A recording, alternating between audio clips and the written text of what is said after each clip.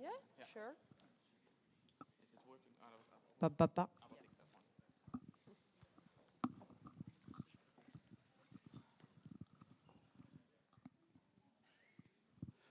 Good morning. While we're waiting for the final people to drop in, I want to welcome you back. And for those who were not with us yesterday, welcome to this marketing conference. We try to have a varied day of various topics. We start off today with a couple of lectures from local people from outside our own business to get a different perspective of what is happening in terms of marketing. And I'm very happy to have Eleonora Regini here this morning from Barilla to talk about websites, SEO, and all these kind of things, and to give us an idea of where big companies are, what they are doing to reach an audience. So, good luck and enjoy. Thank you very much, and good morning, you all. I'm very happy to be here today and actually start, let's say, feeling something that is unusual also for me, for my, let's say, main objective at work. I'm Eleonora Reggiani, and I'm a digital marketing manager in Barilla, Italy. For pasta and condiments. So I'll take care of everything that concerns Barilla pasta, voiello, and also all the condiments, sauces, pesto, and the red sauces and ragu. So today I'm going to tell you something about a new approach of equity building through actually the digital campaign that is let's say touching at 360-degree all the digital touch point that we can imagine. And the campaign that I'm going to talk about is called Open Carbonara. So I think I'm going to make you a little bit hungry at 9 o'clock in the morning. Sorry for that. So let's start having a little bit of introduction of who Barilla is and how this is strongly connected with our, let's say, territory and our origin. First of all, Barilla is one big family that I would say that is in love and strictly connected with the love of good food. Good food not only in terms of taste, let's say, but also good in terms of quality, of strong connection with the raw material, and I would say also to sustainability, because it's one of the main topics that actually we are going to take care, and we are currently taking care a lot. As you can imagine, the story of Barilla begins in Parma in 1877, where Pietro Barilla opened his first shop, his first pasta and bread shop, actually here close to where we are today. If you go in Strada della Repubblica, you will find Bottega Barilla, that is actually the original bottega where Pietro Barilla started his business. And today is an experiential museum, I would define it, where you can try, taste, and feel the origin of pasta and what is today and how it also developed during the lifetime that is, let's say, bringing us today here. Our product today, of course, accompany the people during different time of consumption, because it's not only bread and pasta, but it's also all the bakery product that are in the portfolio of Barilla. Today Barilla is present in more than 100 countries all over the world, and we have become actually an icon of excellence in the food sector. Our purpose is the joy of food for a better life, and as I said before, is strictly connected with the sustainability part also that food brings to itself, because along with the supply chain, with all the, let's say, logistic also part of the production of pasta, it's really important to be always focused also on sustainability and how to ensure our future son and grandson actually a better planet that the one we are living in today. So let's go on the food part, and I will briefly introduce what open carbonara is. So let's try thinking about what carbonara is for many of us, I think. Carbonara is one of the most loved dishes in the world, and actually is maybe one of the most talked about dish in the world, because nobody is actually thinking about the same recipe as the people who are sitting next to you, because everyone has his own traditional carbonara. But actually it is based, the traditional one, is based on 5 ingredients that conquer palates all over the world. Unfortunately, and also luckily, due to intolerance, different religion perspective, let's say some dietary problem that do not allow people to eat carbonara, everybody in the same way, actually we started thinking about carbonara as something that should actually bring people together and not divide them, because a dish like carbonara that is so, let's say, famous around the world should be also as much inclusive as its name is bringing in. So, in a word, as I was saying, that luckily is becoming more inclusive and interconnected, food should always put people together and not dividing them. That's why here is the concept that we brought into life last year for Carbonara Day.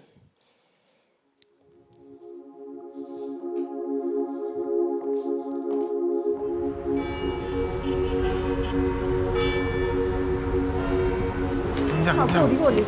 E vai, ecco i Martini, dai che siamo in ritardo, ciao, dai, amore. buongiorno. Ciao, amore. Ciao Vittoria, baci, abbracci, dai che ciao. tardi. Ciao amore, ciao. Ciao Vittoria. Ciao Gabri. Ciao Gabri, ciao Vittoria. Ciao. Ah, c'ho le mani freddissime. Vittoria. Andrea. Quello alto.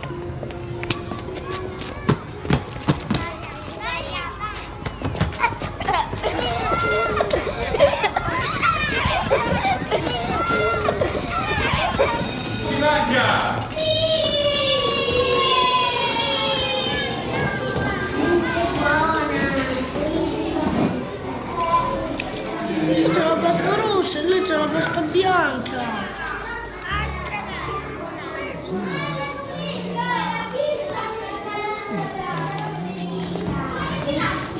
Non è molto buona questa carbonara.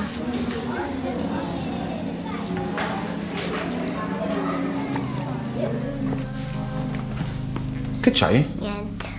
Come niente? Dai, ti conosco, che è successo? Così. Amore, stai preparando una carbonara? No, io non la mangio. E perché non la mangi? Perché Gabriele non la può mangiare.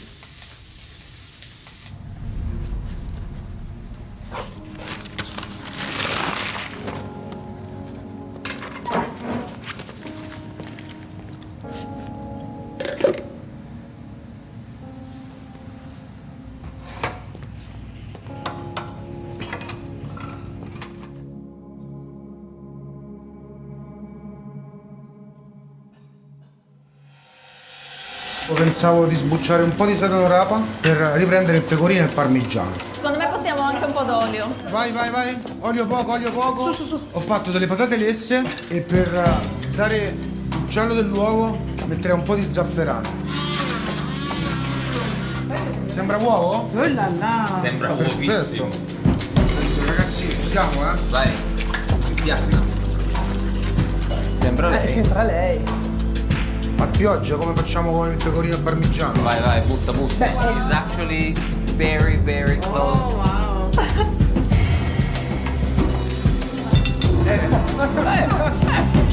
Vittoria la mangia. Ciao ragazzi, buongiorno. Ragazzi, oggi facciamo l'open carbonara e l'obiettivo principale oggi è far felice i nostri bambini.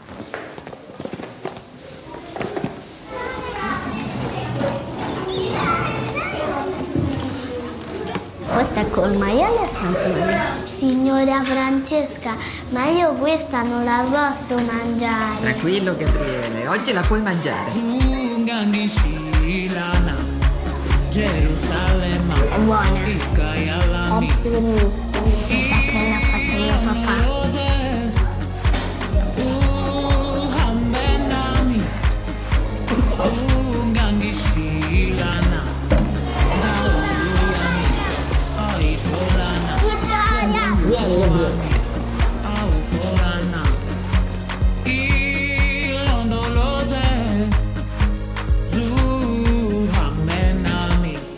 Food should be something that a bridge between people. It should not be dividing people. I don't know if you liked it, but I think it was a really great example of a creative idea that actually started from an insight, a strong insight, that is the fact that people should be put together and brought together by food. That is something that actually is, if you think about food, you think about something that connects us and puts everybody of us together at a table. During Carbonara Day, that is one of the, let's say, day we use the most for as a barilla. We wanted to launch this short movie that is, of course, a creative stunt that is telling us the story of this chef that is, let's say, creating a dish that is as inclusive as possible for all the people, the kids in his daughter's school.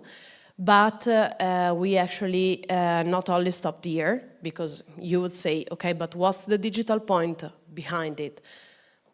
The fact is that from this stunt movie, we started building a platform that is actually giving people and users the possibility to create and adapt traditional dishes to your own, let's say, necessity.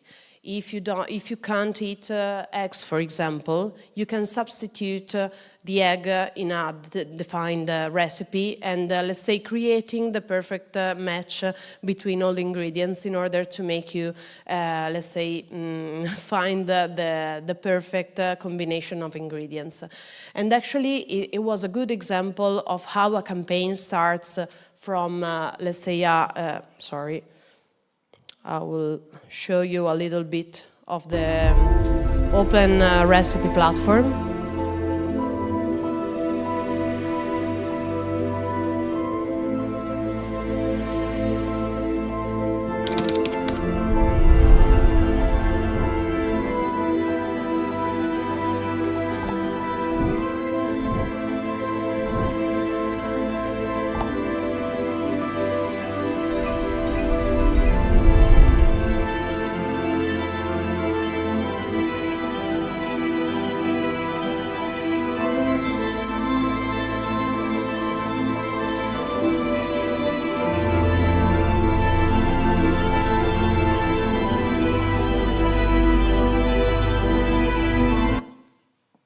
So this is showing how, as I was saying before, from a single creative stunt that is a short movie that is actually very good, but let's say it doesn't expand the concept, we created a long-term strategic activation. With this, that is actually our integrated campaign system, or ecosystem, I would define it, that was developed from in a 2-month period from the teaser phase that actually was, let's say, teasing the audience about Carbonara Day and what Open Carbonara would have been, launching and amplifying the video that we just showed, and actually building the audience around open recipe and what actually this campaign platform allowed us to do. It allowed us to build actually a digital marketing campaign based on the person, on the people that we start reaching with the first teasing phase, and actually bringing them along all the ecosystem until our website.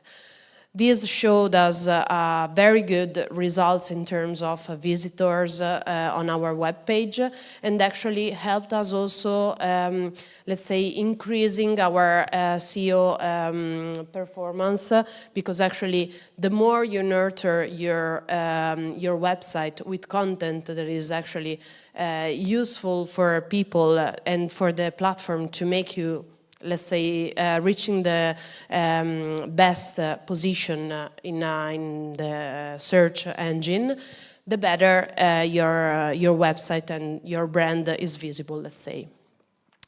So, as you can see, the campaign touches very many different touch points, both the social, the display, the editorial partnership that, of course, we took care of. As you can see, we had a Michelin stars, but we also had all the other cooks that you saw in the video, and actually this brought us very good results in terms of audience reached.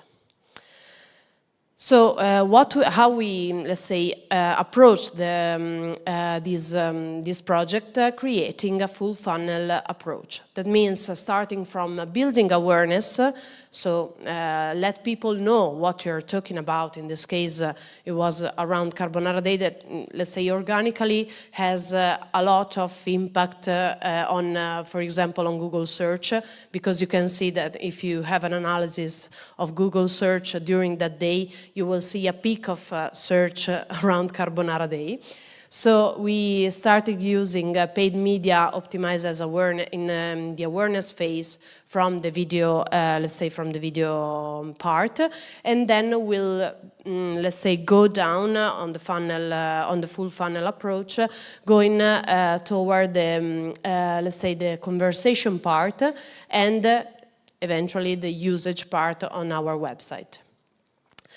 This was possible thanks to global partners that were actually helping us building it. So the global partnership with Google and YouTube, for example, allowed us to have a multi-country reach, because this campaign was actually, let's say, touching a global audience, not only Italian.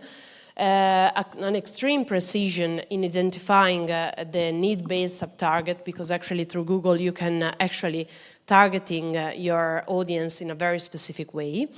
We actually use data and the insight with a strong, let's say, a strong way of working, because everything that is around this campaign is starting from a good and strong insight. And that was actually given also by Google as a partner. And the impact of effective formats that actually maximize every campaign, not only this, but if you build and structure your campaign, your creative campaign in a good way, you will actually have a very good results in terms of maximization of equity impact, because people actually do let's say, a journey towards your brand that is actually bringing you results.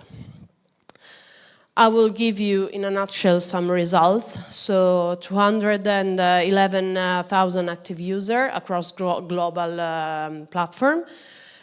We were #1 in share of voice in that period of time, so April, May 2023. We succeeded in uplift the favorability, of course, in Australia, Brazil and US, thanks to the local adaptation, because what we do is always having a global concept and a global platform, and then from each country you can actually localize it in order to make it more suitable for your audience. And we actually had an above reach cost efficiency in terms of the optimization system. Then we actually learned a lot, because as you can see, talking about inclusion and let's say in this case a little bit of division on the food market is not that easy, because we received many good let's say reviews on the movie, but it also happened that some market put it in a controversial let's say, way of speaking, because the most you talk about, unfortunately, inclusivity and actually trying to put people together, the more you received, of course, comments from people that do not agree with you, and unfortunately, it's still like that. But we think that having a risk assessment together with all markets to, let's say, prevent all the things that could possibly happen in a campaign like this could make you prepared to also face them and have a strategy to assess them. We think that the content should be created according to the touch point, because actually this is a golden rule that I very suggest to use always, to think of your content in many different ways. I mean, you can have the same content, but you actually have to build it in a certain way for Meta platform, in another way for TikTok platform, because now there is also TikTok to take care about.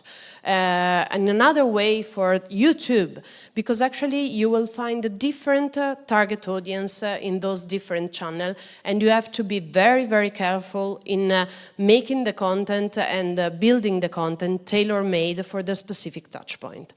This is what I think the biggest learning that we had in this campaign, but we are actually implementing them in all the campaign that we actually run after that. But I think it was actually a great success in terms also of equity building for Barilla, that is let's say covering Carbonara Day as one of the most days in the most important days in the year. Thank you very much, and please, I'm here for question if you need.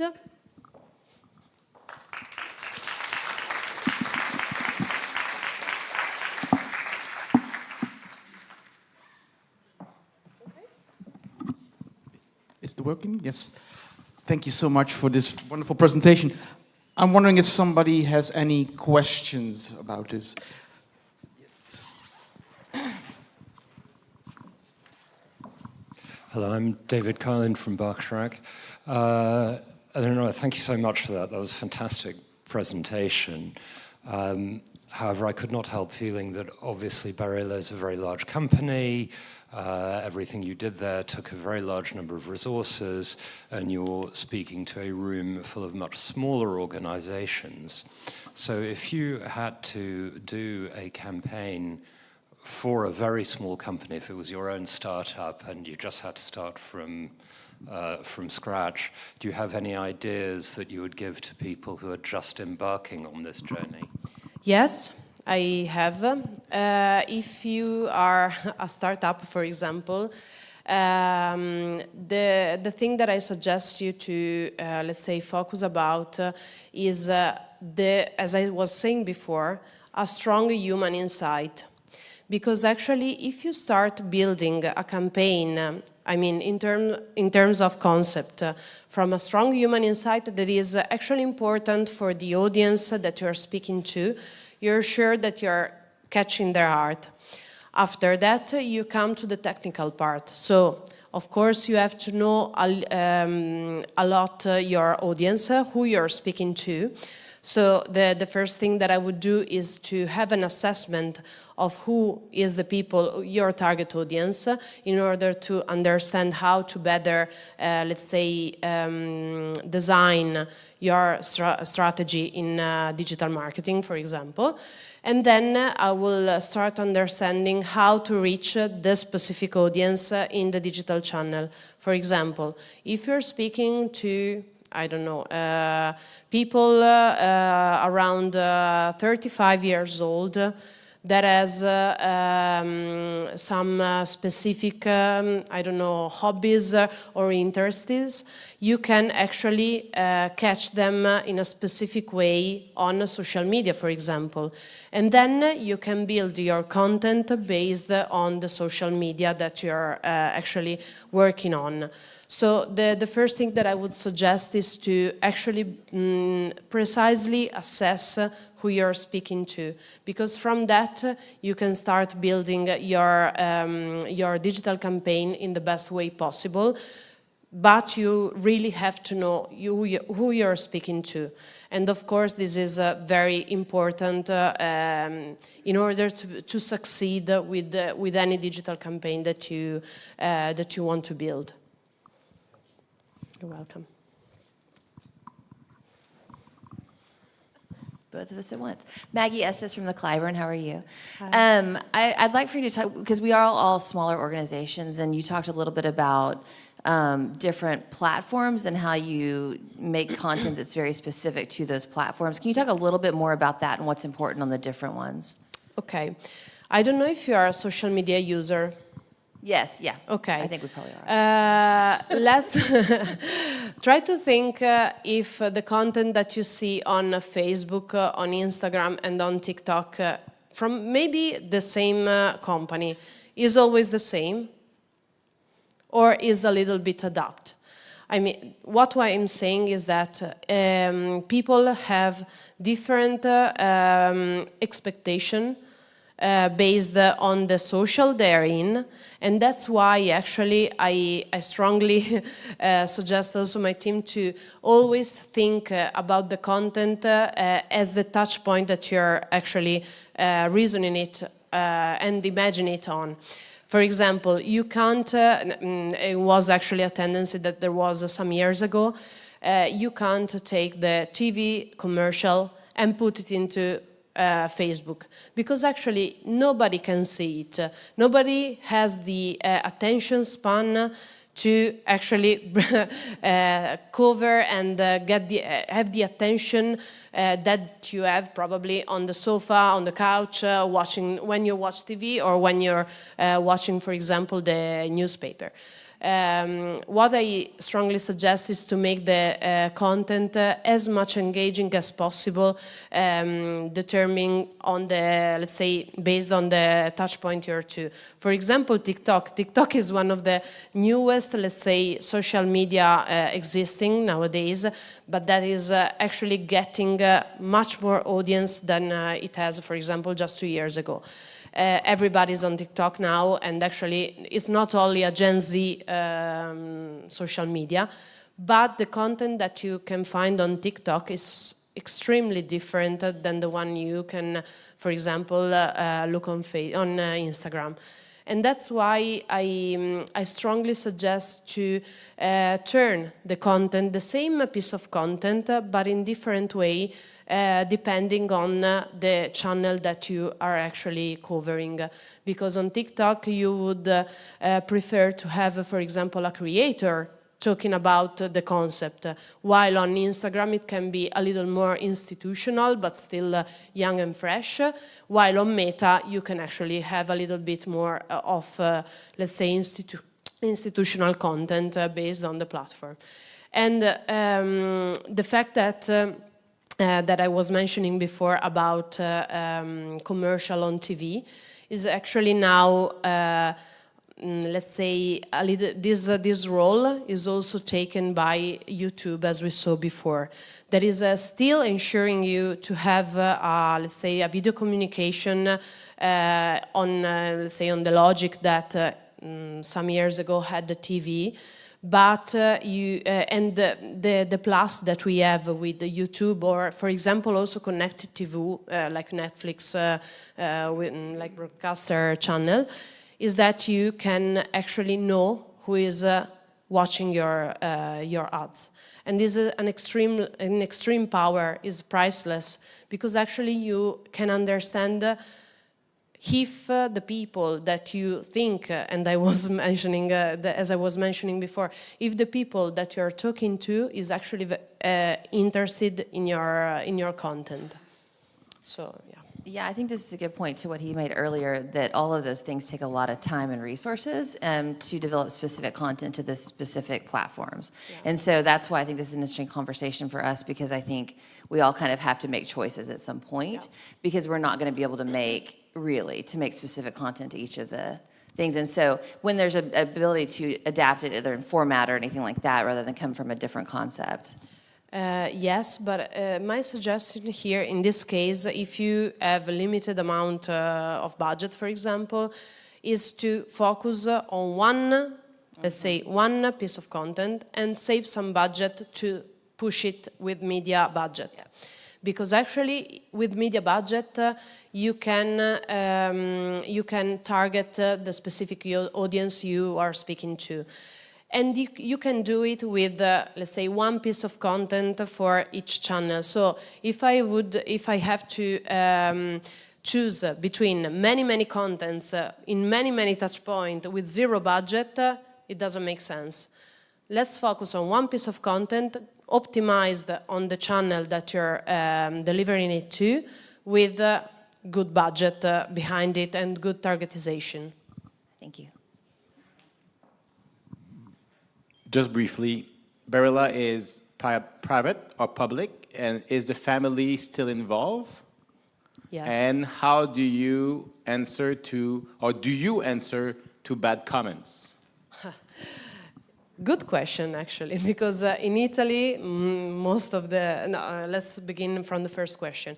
Family is still very involved in the three Barilla brothers are still super involved in the business, and actually they put themselves in still today, let's say, both on an approval point of view, but also, let's say, putting themselves in to make things going and actually solving also problems. So it's I believe that it's a very good example of family-owned company. And how we respond to comments, that is a very good question, because actually it's a problem for us, because Barilla had gone through a bad reputation moment for when we decided to not produce grain in Italy. And now that we produce and use Italian grain, 100% Italian whole grain, we are still receiving comments from, your grain is not Italian, and so on. And actually, we realized how a tiny decision made 20 years ago is still impacting people's consideration of Barilla. In this case, I believe, as I was saying before, that one piece of content with the good community management behind it, in this case, and it's something that we have to do, because actually it's one of our priority to feel people, to make people feel, let's say, cuddled sometimes, and also understood, and prove them that we are actually an Italian company, producing everything in Italy, taking care a lot of the quality of our product, and also taking care of sustainability. That is something that unfortunately not all the companies are doing. But we are actually always reassuring them that we are doing things in a proper way. And also in this case, that it was actually a more cultural topic to deal about. My suggestion is to always be positive in what in how you talk to your audience, because if you're positive and if you can make them feel that you're actually sure of what you're saying and you are convinced of your idea, that is in this case wanting a word that is more inclusive, people at a certain point will stop criticizing you. But of course, we call them leoni da tastiera, that is keyboard lions, because they actually hide behind the keyboard because they want to troll you and criticize you no matter what. So it's something that you can't do anything about, but we usually don't hide comments. We prefer to have a conversation. We just hide those who are actually very, say, negative and offensive, not only for us but for people who are talking to in the community management. I'm sure we're getting into that in the crisis management this afternoon. You also crisis management. One quick question, because I was really impressed with your timeline and your strategy behind it, because I noticed that for me, one of the most vital points of your campaign was the launch of this website. Yeah. But you didn't, on purpose, did not have it with the launch of the campaign. Yeah. So for me, it feels like when we are, launching what we are doing, we try to pack as much information into a single launch because we think we have the attention of the audience. So what was your thinking behind, making this very important part of your strategy or campaign at a later time? That's why we decided to, let's say, start from a full funnel approach. Because with a full funnel approach, you start from awareness. And in the awareness phase, you're actually, let's say, bringing message very, very at a high level. That is, for example, our movie in this case. Going down on the funnel, you will go from the awareness phase to consideration phase, and on the consideration phase we'll retargeted the audience that we actually caught with the awareness phase, making them going down to the funnel path. And actually the next step is the conversion phase of the, let's say, the final funnel phase. That is actually making the people who saw our ads at the first time and actually have also interacted with it, making them have the full funnel approach. In this case, we know that we have a very interested audience, let's say, interacting with us, and actually we make them have a full ecosystem experience in this case. And this is very important also because you can measure how your audience, how much of your audience you lost in this full funnel approach. But you're sure that the people who come and see your website are very, very interested in you. A quick statement and then followed by a very concrete question. Andrew Freris, Chopin Society of Hong Kong, out of course of Hong Kong. We use the following media in our own publicity, and that is Facebook, Instagram, to some extent, our own site, and email. Mm-hmm. Okay, statement. Question. Out of all the social media available, and I'll list them out because I don't want to miss them, we now have Twitter, X, we have Facebook, we have Instagram, we have TikTok, we have emails and a site. Which is for Barilla the most cost-effective? You get cents for your sales.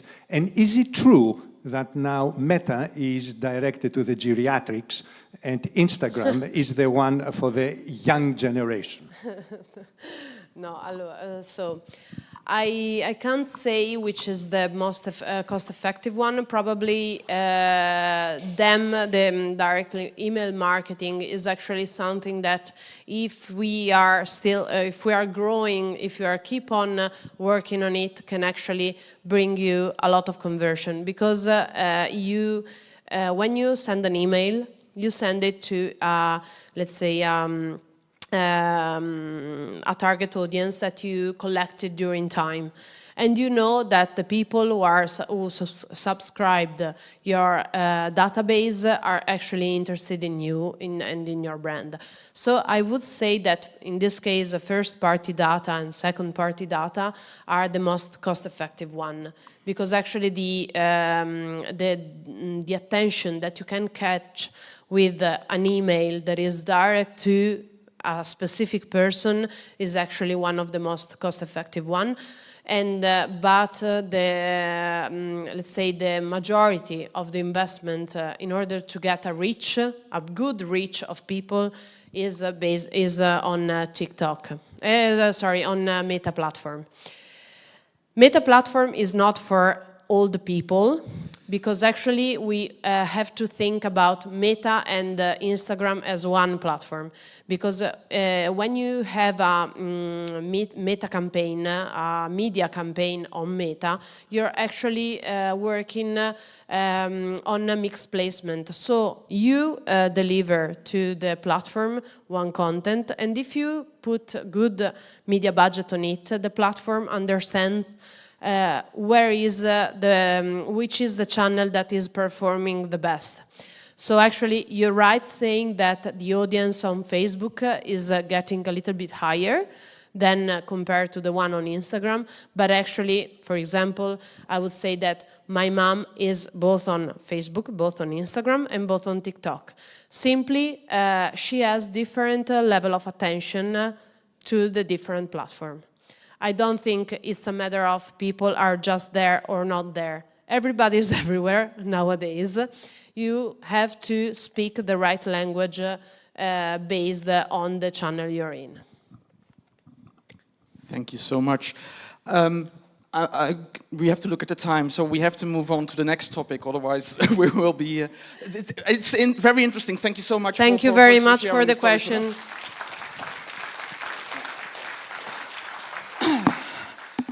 Because we are moving on to the next topic, and I think this is a topic that is the talk of the town everywhere where you come, and that's artificial intelligence. I just want to make a really quick introduction, because last week I was at a conference in the Netherlands, and there was Bas Haring, which is a philosopher and expert on artificial intelligence, and he really quickly gave this introduction to what is artificial intelligence actually.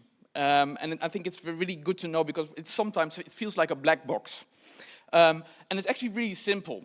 You know, artificial intelligence has been around from the 60s, actually. And, you know, there hasn't been that much change in artificial intelligence since it was conceived. It's actually a really simple process, what artificial intelligence is. It's a computer I can give you two examples. If you have a pile of 100 cards numbered 1 to 100, the computer takes one card with a number and the second card and compares which one is the highest and puts the lowest one away, and then goes through the pile and ends up with the highest number. So if you put it into another example, if you go, for instance, you take a book and you say, within this book, you know, I want to find how often does the word competition comes in this book. You know, you start with going through this book and you look at the first letter, it's a C, then the O, then the M, then it's a T. Oh, it's not competition. So going through the book and marking how many times competition is in this book.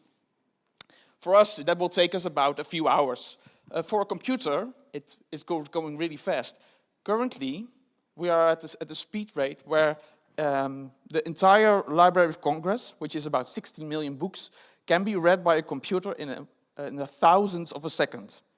So that's actually what has happened. So artificial hasn't developed, but what has developed is the speed of the computers. So in the 60s, they didn't know how to get to the point where we are now. So they thought it's impossible to do what we can do with artificial intelligence.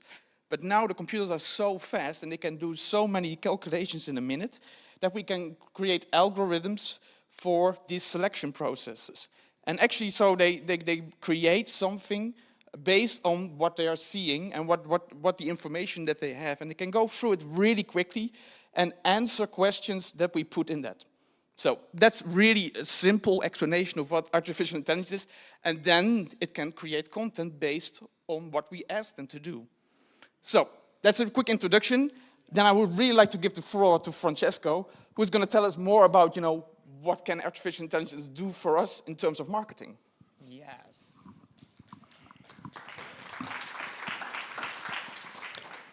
Okay, good morning, everyone. I'm Francesco Lodola.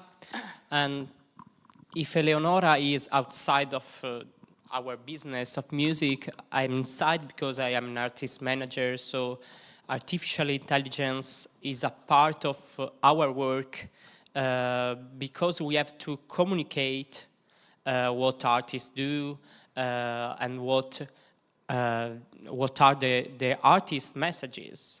And sometimes artists can seem made by artificial intelligence because they have strange minds. So, as David said, artificial intelligence is still a black topic because we are all learners, basically, about this topic. But I want to tell you something that happened to me right the day before they invited me to talk to you. Because I was telling to a friend by phone that I have this incredible food craving of Indian food. And we talked, we planned, but after we stopped the conversation, I went to my Instagram and quickly on the feed appeared to me an announcement of a restaurant of an offer for a Indian cuisine tasting for 2 people. And so we have planned that, and we will go there next week. But I'm telling you this because this announcement is based and is made by artificial intelligence. Because what we are living today is that artificial intelligence can predict how, what we feel and what we want. So let's take a step before, because today we are living a moment in which we have to take more decision every second, and we are living a continuous specialization of decision, and also in the way we are communicating the decisions and all the processes of our actions. We are living a moment in which we need to balance the right and the left lobe of our mind. Because as the guru of artificial intelligence, Jessica Potecker, said, today we have to really work on how we have to put together the right lobe that is the lobe in which the creativity works, and the left lobe where the logic works. And so we have to make them interact more and more and more. But basically, as human beings, we are not able too much to do, because one of the lobes is more developed than another. You think a singer or an artist, a musician, for sure the creativity will be more specialized from the right lobe, where there is the left lobe, sorry, where there is the logic. Not always, and not exactly like this, because we know that music is also logic and mathematics, but for sure the way artists communicate needs to be canalized in a more logical way. And also the art organization are living the same thing, because since the past, the music department and the artistic department is stronger than the marketing department. So artificial intelligence can help us like in this, because it has a personal approach to the consumer, and a knowledge of all his needs. And I call this slide Sibylla or Stalker, because the risk with artificial intelligence is to become a stalker of a consumer. I'm joking, but you know, when you have a need, your phone needs your need before that, you know, and it's very, very also dangerous in a way, but also very curious and very interesting how our devices works to predict what we need. And so, for example, they can predict that from a simple apple, you want the apple chips. And so, after you have this, you need an apple, you see on your device an ad of apple chips, and you go to the grocery and you will buy it. So it's only to explain you how it works, artificial intelligence. And let's go to the past and another topic that artificial intelligence, in which artificial intelligence has an important role. We are seeing in this slide these two ads from the past. One is an homage to our patron, to Giuseppe Verdi, in his homeland, because it's interesting how they use Giuseppe Verdi in this announcement of vermouth, an alcohol drink, they use the message that Verdi used to drink that. But it's not true, because the announcement has been made after, decades after the death of Verdi. And the other one is Puccini, an ad with Puccini, in which it's announced that Puccini, with a Parker pen, wrote his greatest operas. That's not true, for sure, we can imagine.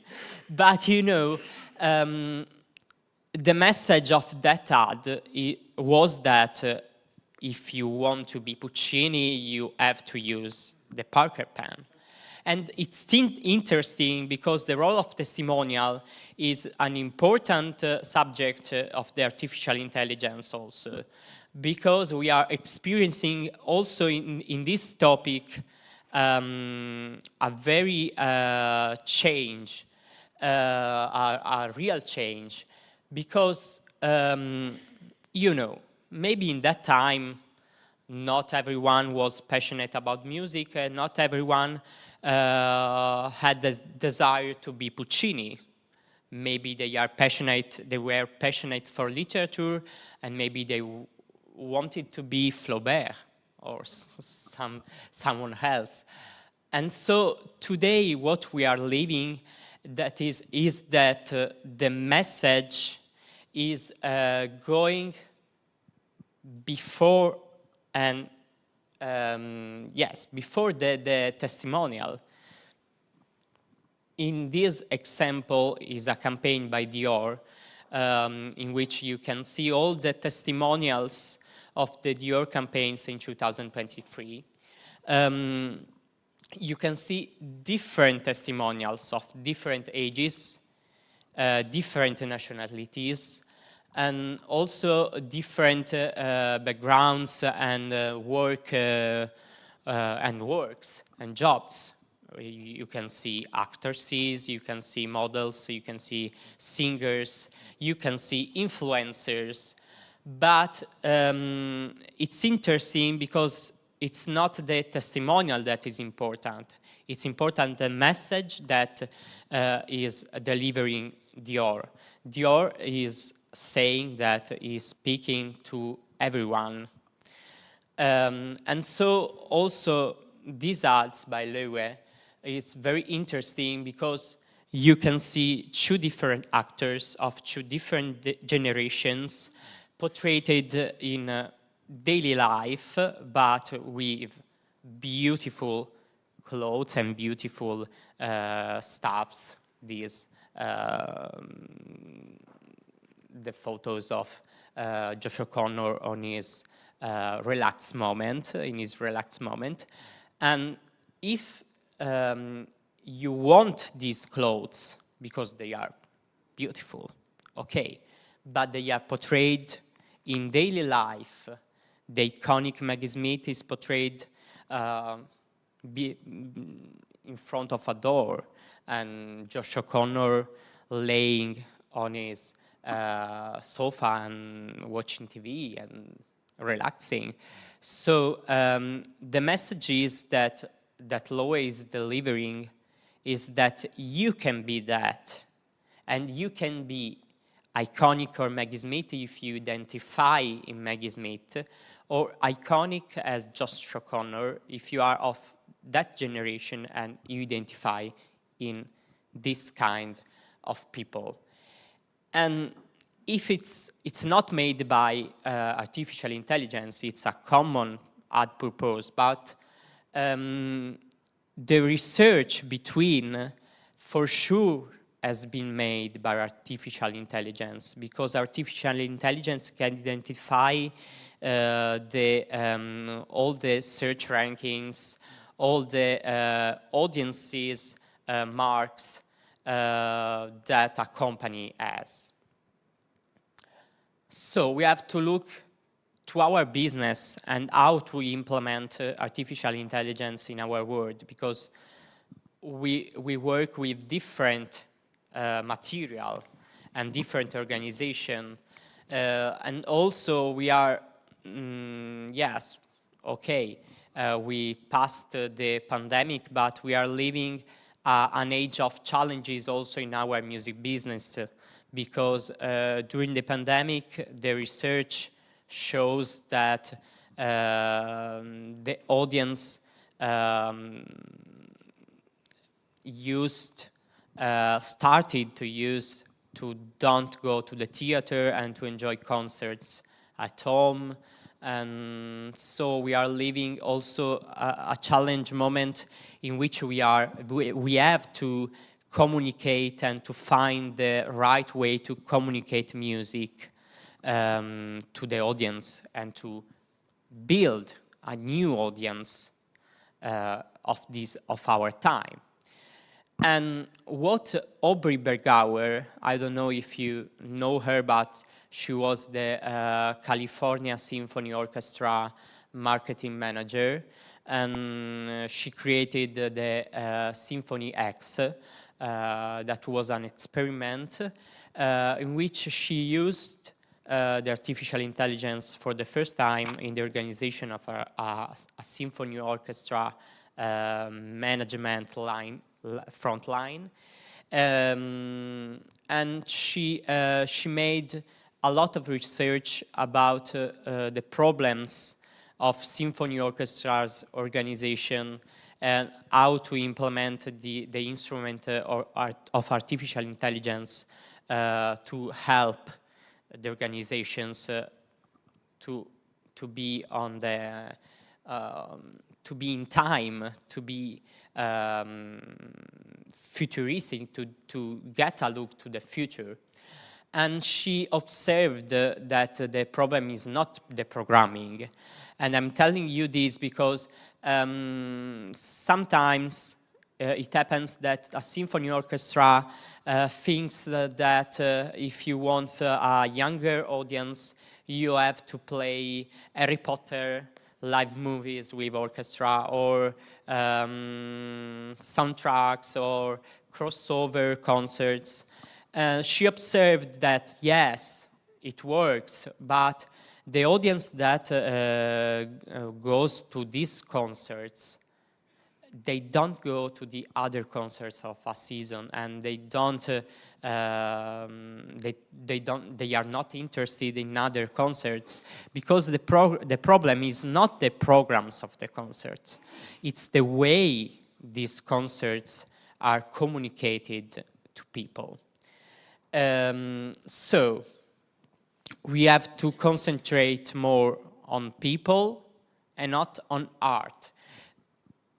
It doesn't mean that we have to play horrible music or music of the lowest level because it's okay. No, but we have to concentrate on the experience before the concert. You have to make people feel that the orchestra is playing for you and you are a part of the orchestra. That is the idea that artificial intelligence can help us to build. Because today we are losing the consuming sense of music. Because music, it's also a consumistic material. And we have to understand that. And we have to use that to develop our business. So we have to think in horizontal and not in verticality. And also in this, the artificial intelligence, and we are briefly approaching that, can help us, because in a verticality situation, each department take its decision, and so they don't communicate between, and it happens that the product is not very well communicated by the marketing department, and so the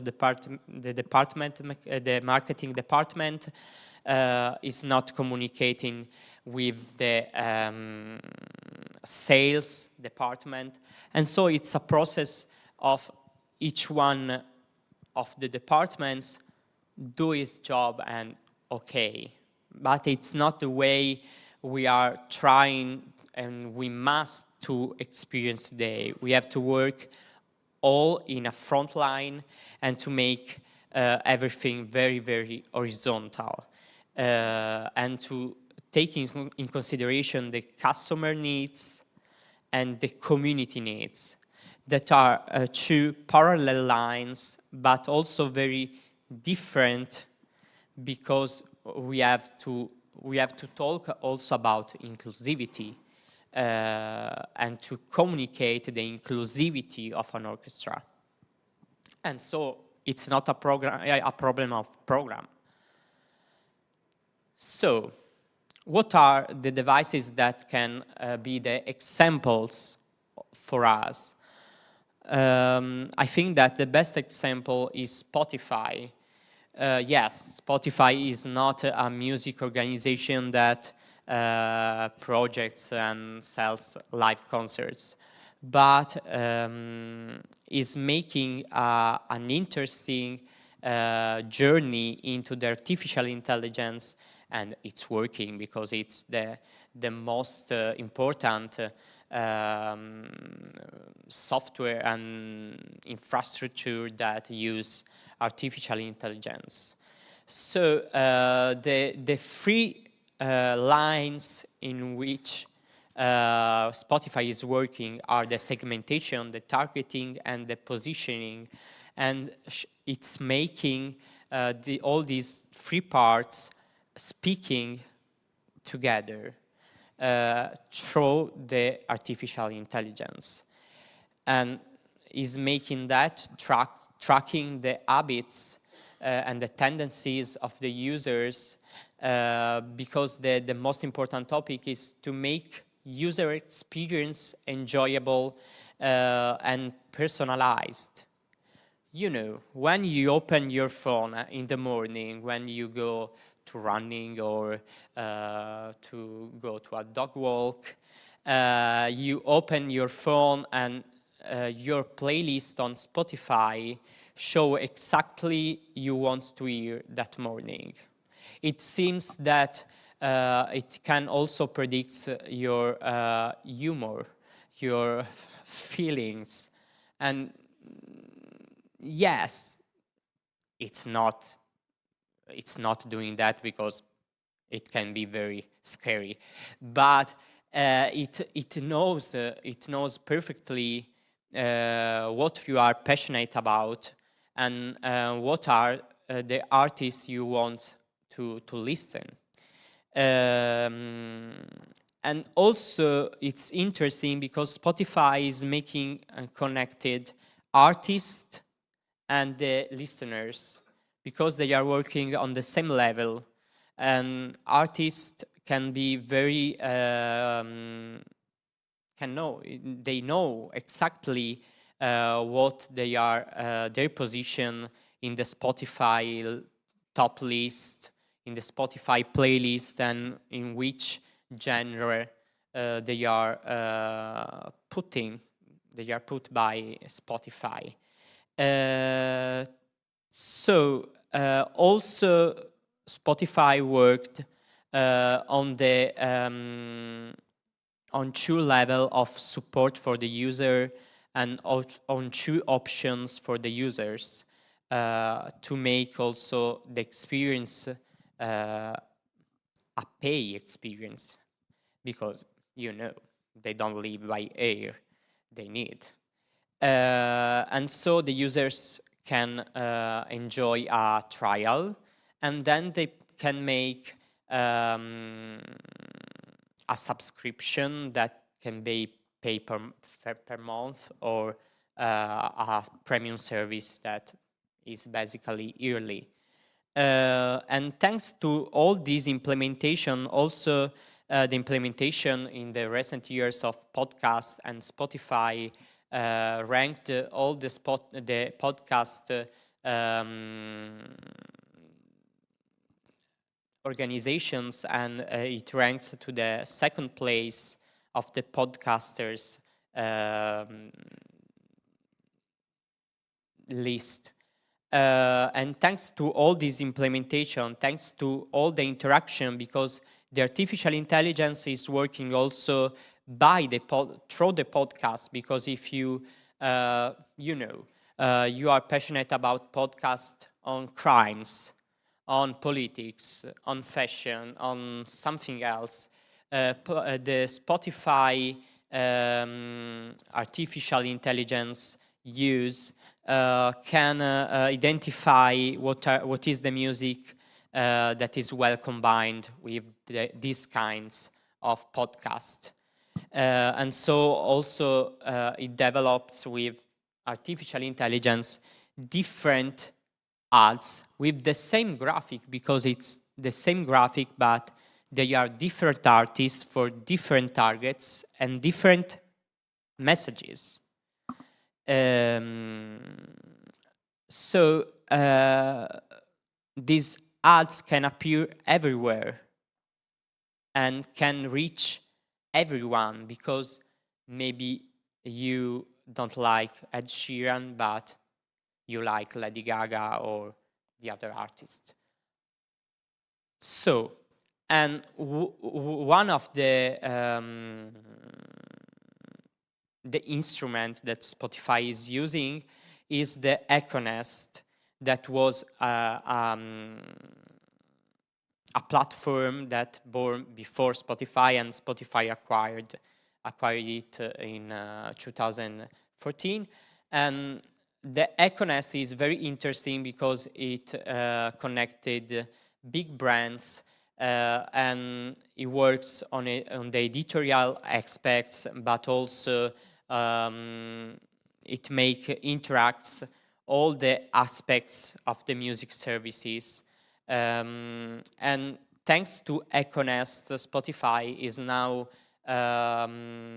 able to collect more than 35 million songs and 2.5 artists. That's a huge market, the hugest markets in the business of music. Econest works going beyond the idea of those who bought X, they bought Epsilon, because it's not true. Maybe a person can buy an album by Lady Gaga, and then they can buy an album of symphony orchestra. So it works. The Econest analyzer works not only on the your buying line, but also on the semantic search on different devices. So it doesn't work basically on what you do on Spotify, but on what you do on every platforms and apps and all the things that you do in your life, because it connects different market. And so what are the problems? The problems is the ambiguity, because basically Echo analyze the semantic meaning of what you are listening, of what you are searching.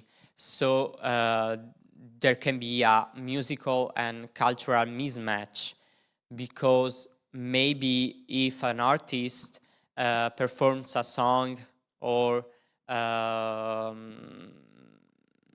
yes, a song that use some effects that can make seem that is a country song. The problem is that that artist can be categorized by Econest as a country artist, but that's not true. And so it can combine country artists with an artist that makes a country song. That's very different. And the ambiguity is the biggest controversial of this. And also it can process, but I think it's obvious, the human taste, because we are different, and it's not, we have not only one taste, we have different tastes. So, but what we can do with AI in the business of art organization and music institution, we can use it as an instrument to create the experience. And we can develop in our website using by different softwares and different devices and platforms that can be implemented in our website, and to use it in the front line with in the public relations with our audience and with our customers, but also in the background to use it in the management organization department. So what are the instruments? The first instruments that is more than an instrument, because it's an instrument that is also bought by other devices and softwares that use it, is ChatGPT, that was released by OpenAI. That is one of the hugest company that developed the actual form of artificial intelligence. And the ChatGPT can help us to process all the data and to also replicate the human language. That is for sure the most emblematic characteristic of artificial intelligence today, because it can simulate the human language and use it can help us to use it for the automatic answers to our customers, to the ticket services, because it can correct and elaborate relevant answers to the customers, because it works elaborating the data that came from the customers that relationate with it. So basically, when you go maybe on a ticket service of a concert organization, you have a problem, or you want to buy a ticket for a concert that you can find in the line. You can use this chat and an artificial intelligence assistant can answer you properly as a human assistant. And it's very, very useful because it's very effective and it's quick that traditional customer service, for sure. So ChatGPT works correcting algorithms, and it can also use for e-learnings, write emails or text, create social posts. That is an interesting point, because it's important, as we said, to communicate ourselves, the customer service, the translation services, because we have to be more inclusive, and also building an audience that is more international as possible. Surveys, because we have to also to make surveys on our audience base, and sentiment analysis. And also this, it's very interesting because through the ChatGPT and through the interaction, it can also build a relation based on sentiment and feelings, not like a human, but on working on the semantic things that the customers is telling us. There are the providers that are basically free and basically useful also for smallest company, and here there is a list. The first of the list is Numerous AI. That is the most useful and simplest because it works through Excel and all these platforms that works on datas and on tables. For example, there are wedding gift list with the name of the people that made the gift, and you have to write a letter to say thank you. AI can elaborate based on the names and on the gift, the right message to write to that person. In this case, it will personalize the name, and then the letter will be the same for each of the invitated at the wedding. But you know, it's very, very useful, and it's also very interesting because each one of these people, they will be for sure happy for this letter of thanking, but it's elaborated by artificial intelligence, and we can use it for the also for the tickets service, because the confirmation of the tickets, the dates of the concerts, all the information about the entrance, you have to enter to that gate, or your seat will be that seat. So for different things. But also we can use it in the background of the organization and in the management department, because it can be very, very useful also to make connection between all the departments, making synthesis of the datas and of the topics of each department, and to make know everyone what we are talking about, and identifying also a unique objective for which the organization are working to. And also working on that, we can create content because we can identify the most important topic that emerge through the analysis, and so we can build content based on that results. So the other one is Dante AI.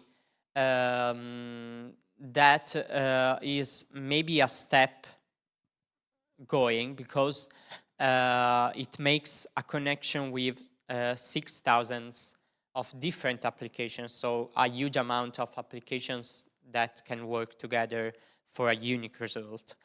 And it's very ideal for the enterprises that want to make a specific interaction, they want to build a specific interaction to the audience and the customers, because it put the emotive involvement, the search rankings all together, and it can create a human live agent that is very interesting, because it makes the experience very real, really concrete. There is an example in which there is Dante. Hi, how can I help you? And based off your answer, he elaborates an answer that is properly human, and it's not automatic. It doesn't give you the idea of being automatic. It is, but it's very reproductive of the human language. The last one is Style AI, because Style AI implements 3 different things and 3 different strategies and areas on the same platform. And these 3 apps are Adwin, that is the device that works on Google searching and on Google campaigns. So basically on search rankings, and to make your company really searchable and the first on the list, basically, when you are looking to your organization on Google. The second is Siona, that codes the things that make your business ranking on the searching line, because it codifies the content of your business, the topic, the words you are using the most, and they make tags, content, and they update your content and tags based on what you are saying on the website and the interaction with the the search on Google and all the applications that it uses.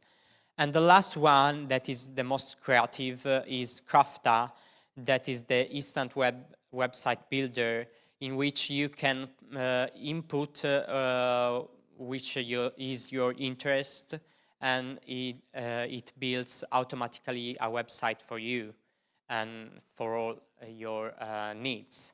Then you can use their layouts and to personalize, but it helps you in creating a website that is competitive with the others, basically automatically without your help. Yes, you have to put your own ideas and speaking, because it's interesting also the interaction by also human voice, because these applications can implement also human voice messages, so you can speak directly with them and they can process what are you saying, and they can elaborate your ideas based on the words you are using. Sorry, Francesco, can you wrap it up? Yes, I saw. Yeah. The last one is Pittsburgh, but I will be brief, very brief, is the one is working on the content and images because it helps you to build your story. Because as we can said at the beginning, we have to communicate. So it's interesting also to build a story around what we are doing. And Pixverse helps us to use videos and images and to create artificially images to communicate our ideas. So the advantage of artificial intelligence is that we can build a structured strategy to develop our business and also to achieving aesthetic results to communicate our messages. The advantages is that can be a stalker, yes, but for sure the scariest and also the advantage we have to keep very far away is that AI can't balance the brain and the heart. So it can be used as an instrument, and at the moment, in the situation we are living with the artificial intelligence, that we are basically still learners, we have to use it also only as an instrument and not as a substitute. It can take our place to make automatic things, but for sure it can be ourselves in communicate the feelings, the right feelings, and the humanity. Thank you. I know that it's very complicated topic. It was a challenge. Yes. Well, thank you so much, Francesco. Thank you know, you. there is so much to be said about artificial intelligence, and I think you gave a great overview of both the things, how it is used for us and by us. We're only scratching the surface, so I would encourage to dive in more at a next year's or conferences or whatever, and maybe have some questions over at the coffee break, because otherwise we will be very much in time problem. One little message: if you want, please collect your tickets for the concert at the desk during the break. Sarah has them. Thank you.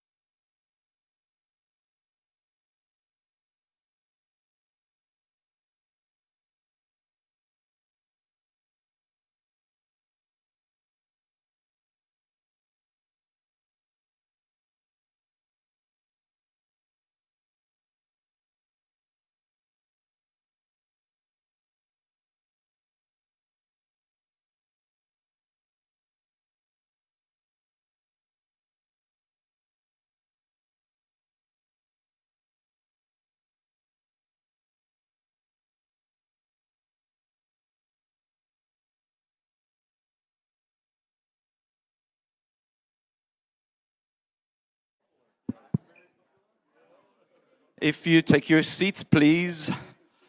We need to go on, otherwise you will not have time for lunch today.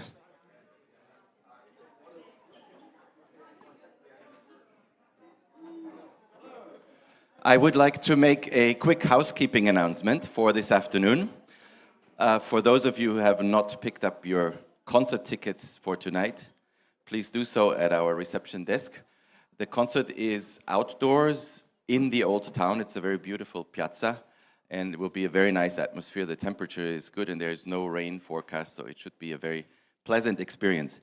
We do have, after the last session tonight at 6 o'clock, we have a 1-hour break where you can go back to the hotel, take a quick shower, take a rest, eat something if you want. But at 7 o'clock, at 7 o'clock, we are meeting again for the mayor's reception today. This reception will take place in the lobby pair, which is just where you come in upstairs, in the foyer upstairs. You will see it. You just don't have to come down. You just stay upstairs. You will see all the table and all the food with the mayor. And you can, of course, make your way on your own to the concert venue. The venue is, of course, on Google, but it's also on our map in the booklet. It's about a 15-minute walk. If you want to walk with the group, we will be leaving at 8:30. We'll be leaving the reception at 8:30 and walk together to the concert. One completely unrelated thing, AI has taken over my election planning for tomorrow, and the members among you, you have already received access codes for our election, not for the election, only for the online poll, which is the approval of the new members, the approval of the minutes and some official things. Please don't delete this mail. You will need these access codes tomorrow at the online poll. Thank you and have a great session now. Well, let's continue quickly then. For those of you who were in Bydgoszcz, it's a familiar face, David Taylor, and he's gonna tell something about, what's happening online. Good morning. Lovely to see so many familiar faces from Bydgoszcz. Hello to everyone else who's new as well. It's great to connect you. My name's David Taylor. I'm a consultant and coach for music and digital and marketing for both organizations and musicians as well. In addition, I also was working with Leeds International Piano Competition as head of digital, so I have quite a nice, unique insight into piano competitions in particular, but competitions in general. So we'll hear a little bit about some of that context. Okay, so this was going to be social media and digital. The reason why digital is in there, I think it's really important to have wider context to all of this. But there's a quote I would love to start with. Information consumes the attention of its recipients. Hence, a wealth of information creates a poverty of attention. This is from the economist Herbert Simon, and it's a really important thing for us to acknowledge because the things that we are doing now that we're repeating from 10 years ago currently aren't going to work because of the way the world now is. We are being bombarded with things in the digital and the real world space. So, for example, there are now more streaming channels for television than there were before. There's more TV channels. There's more social media. There's more content on social media than there used to be. There's more notifications to come in to your phone. Everyone has more emails than they used to do. So as a result, we are being bombarded by things. And as a result, your consumers, their attention is going to be significantly shorter than it used to be. And as a result, we need to be able to use social media in a way that is going to be applicable to this new world and means the things that we were doing 10, 15, 20 years ago that we're still doing now are not going to be effective. So we need to start doing a different approach. And this is going to feel very alien to a lot of us in the classical music world because it's something that we haven't been doing. If we're being slightly honest, we tend not to be the earliest of adopters. So it's going to be vital for us to be a little bit out of our comfort zone and do things a little bit differently. So I'm going to start the wrong way round and show you some results first, and then we're going to work back to the how. Going back to Leeds International Piano Competition, I want to thank both Fiona and Adam for giving me lots of sleepless nights by giving me some phenomenal, ambitious targets to reach, which is very exciting, but I have more grey hairs now. As a result, we wanted to try and supercharge our digital output to reach more audiences, connect to more people, and make more impact. So we had a new digital strategy, and these are the results from 6 months of doing things differently to the rest of the industry. We saw across all our social media channels a 23,000% increase in video views per month. This was from around 6,000 views across all channels to about 1.4 million. And we had a 55% increase in followers, which I think is about 10,000 new followers, if memory serves rightly. Just to give you a nice graph of the timeline, this is what we saw. In December, we had an experimentation month before the new strategy. The green line is where the strategy started, and you saw this quite exceptional growth in our followers number. This was driven significantly. Also, apologies, I'll be going through at speed. If you'd like the slides, more than happy to share them, and also come and find me in the lunch break as well. This growth was driven in particular by our video streams and views. Our total video views monthly increased significantly from our original point. And again, this was trying to find a new way of doing things and form content that was going to be able to connect to our audiences. What we wanted to do at the end of the 6 months was try and benchmark how this fit in with the rest of the industry. So what we did is we benchmarked ourselves against other organizations within the industry. Now, you can all relax. I'm not going to show the comparisons with music competitions. So what I've done is I've got some orchestras from both the UK, the EU, and also the US, just to give some context.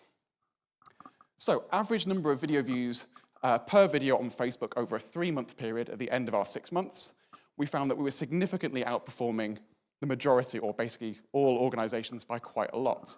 Despite the fact, as you may notice, our social media following underneath all of these was significantly smaller than those other organizations. Medici TV there obviously being one of the biggest platforms in the world for classical music, and so it was fascinating to benchmark ourselves against them as well. This is also more impactful when we adjust it for the size of the following. So the next slide is the average view rate. So in essence, if you have a following of 100 followers, you get 100 views, that's 100%. So if we adjust it for the size of the following, we're reaching 781.8% for our average view rate compared to significantly smaller for the rest of these organizations.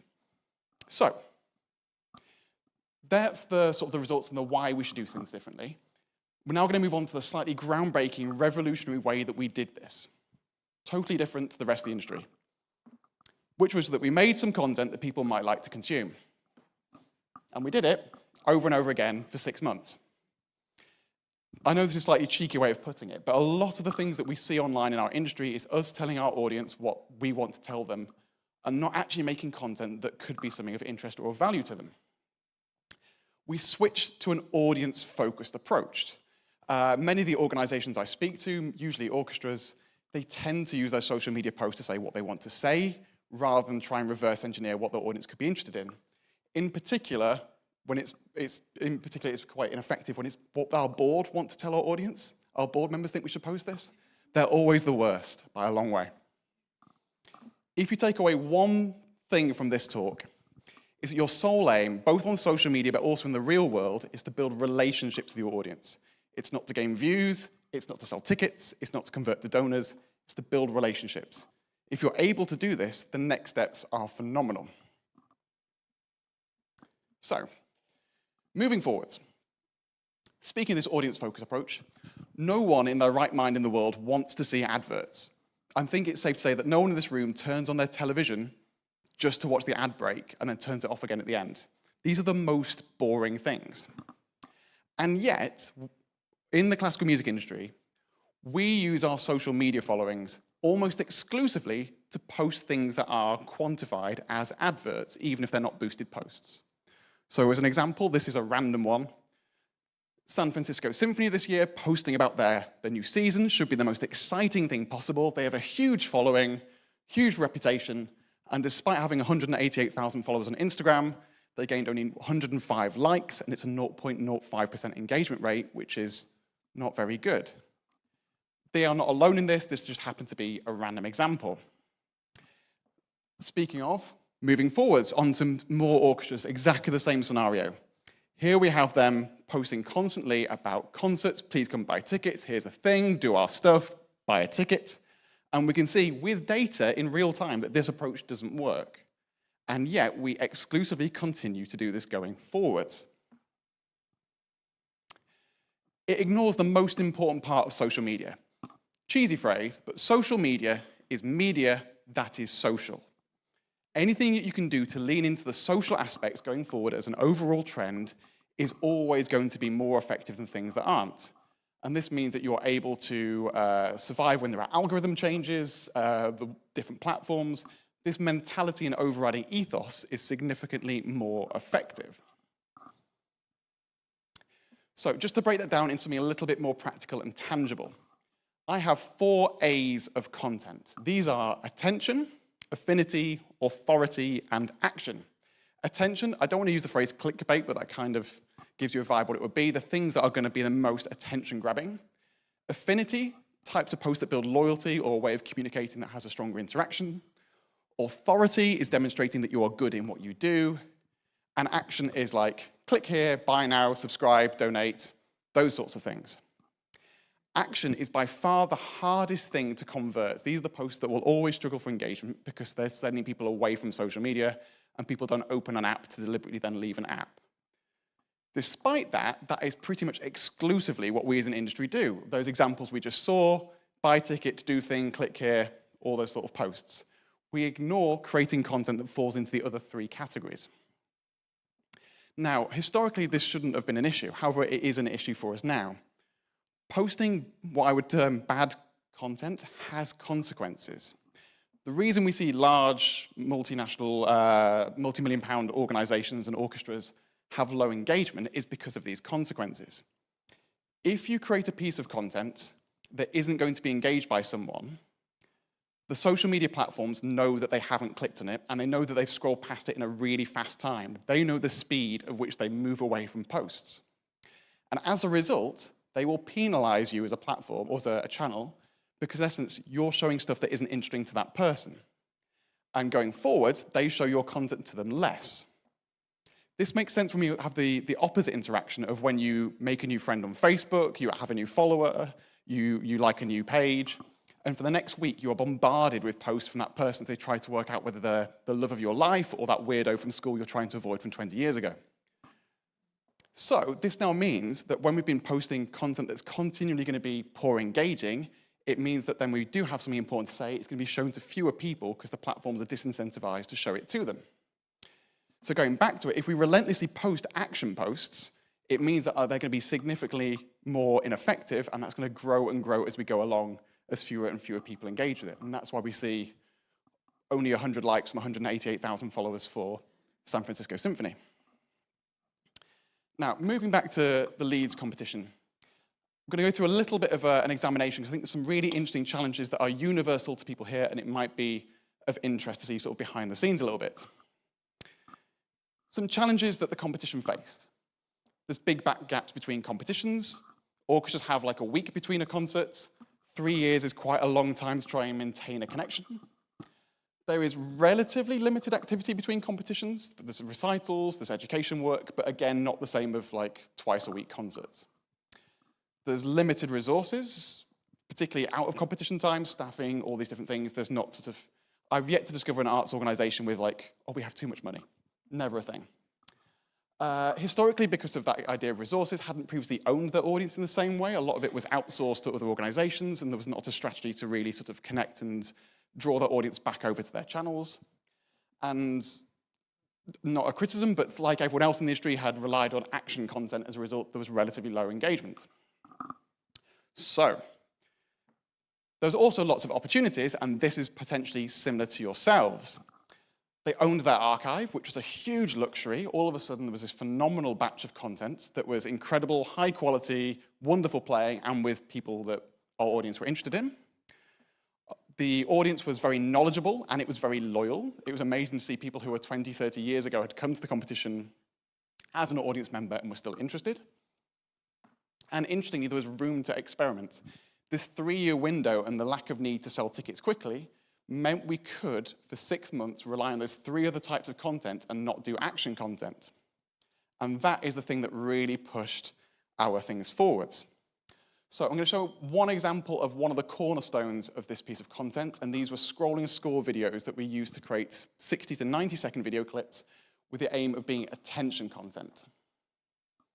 So this you may have seen from people like the LPO, who are fantastic at it. It's not going to win any awards for groundbreaking copy, but what we decided on was building a template to help us as a team create this going forward. So it will be some sort of like brilliant Bach, magical Mozart, beautiful Beethoven, and then a short description, and then a short excerpt. We spent no money on paid advertising on any social media posts for the 6 months, and yet this was one of our big success stories where we had 802,000 views, all of which were organic. I think this is now at 840, if memory serves. I checked yesterday and I can't remember the number. What was really fascinating as well is you remember that graph was quite slow and then all of a sudden accelerated really high towards the end. We'd spent 4 months by this point creating what we termed as like good content that we thought was going to be really effective.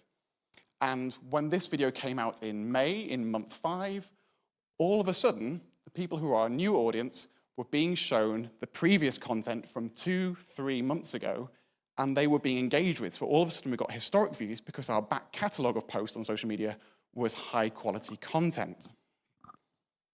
We had some nice unexpected results.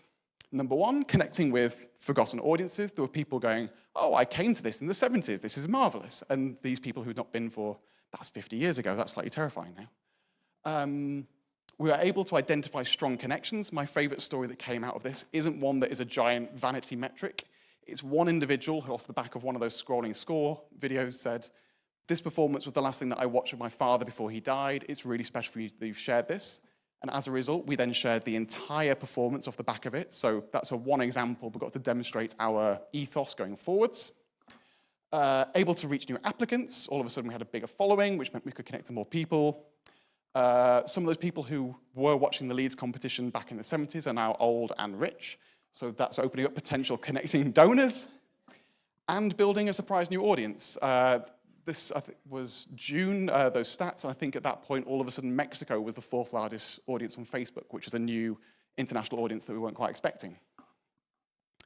So we're now going to fly through some current trends to give you an overview. So we're not really going to go through social media channel by channel, but we are going to give you some vague tips and ideas that will lead into the discussion, hopefully. So, number 1, my absolute pet peeve.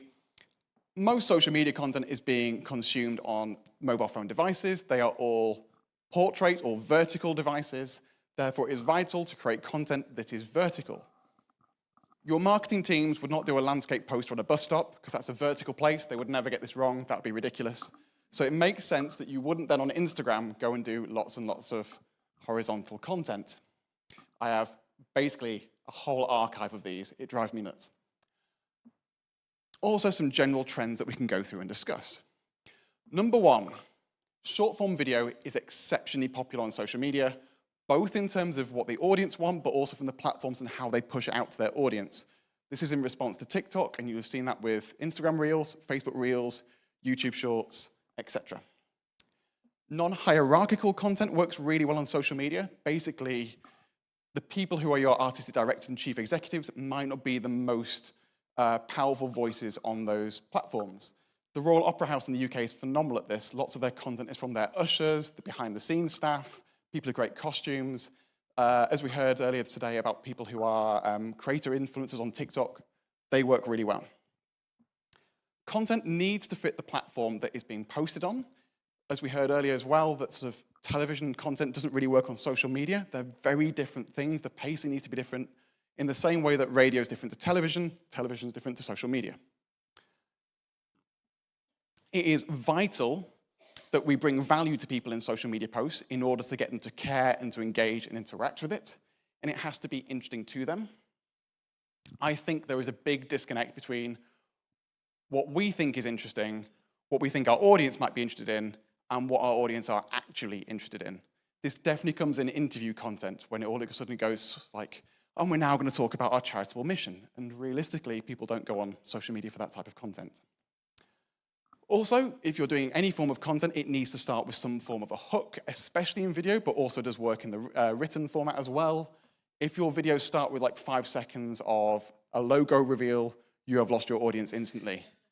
It used to be 3 seconds as the golden rule that you needed a hook. It's now down to ½ a second with TikTok and the speed of transitioning through and scrolling through content. Graphics tend to perform quite badly, both on images and also on top of videos.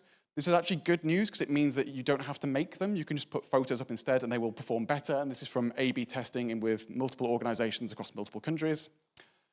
Moving on to some more trends. Authenticity is key. The more authentic and real you are, the better with any posts. Context is king. In essence, again, this is social media, it's not television.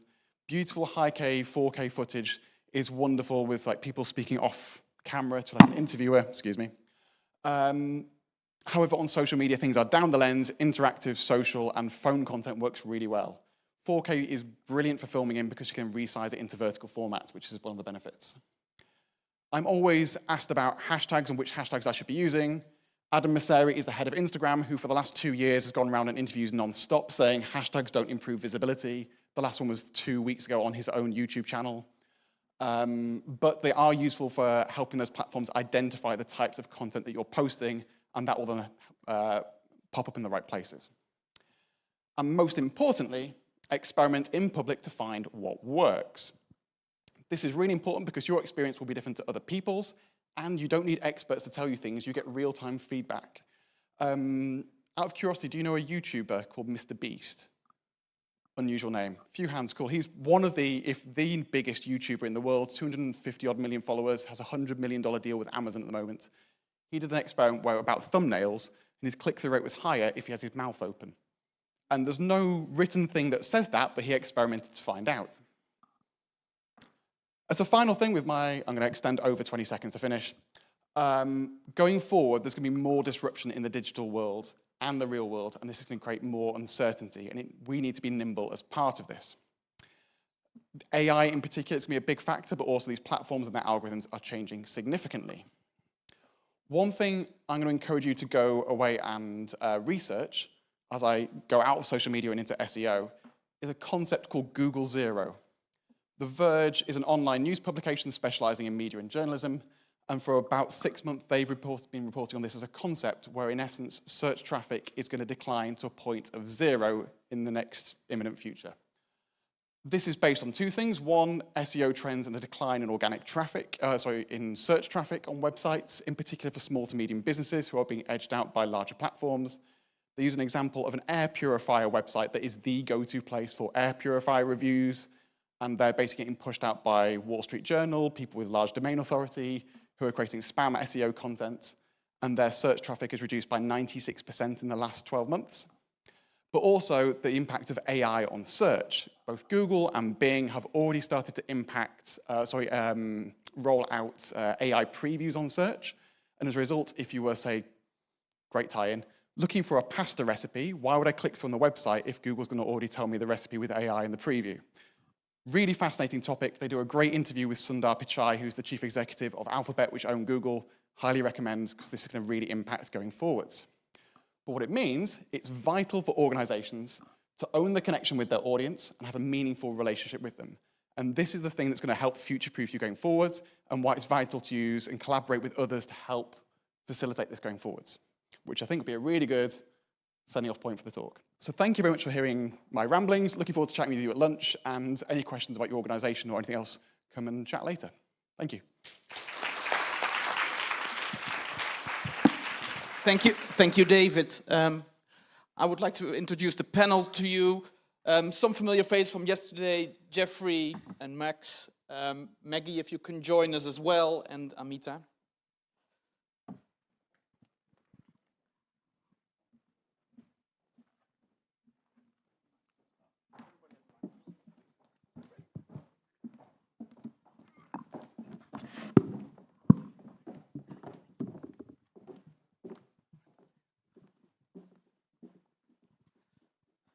I think this was a great starting point for a further conversation, and I think we also are going to extend of what we talked about yesterday when we were talking about content, because we can create content, but how do we send this out to the audience, and how do we appeal to an audience?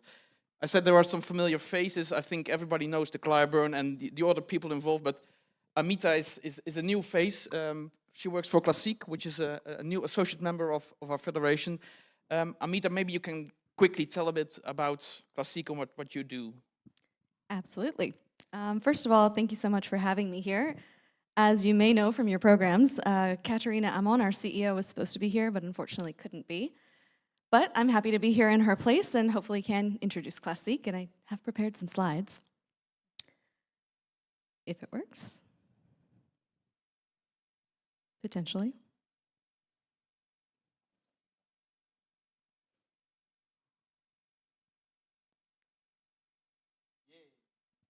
There you go. So yes, this is me. I'm the marketing manager at Classique. So I wanted to sort of give you a little introduction for those who have not heard of Classique before, and a refresher for those who have.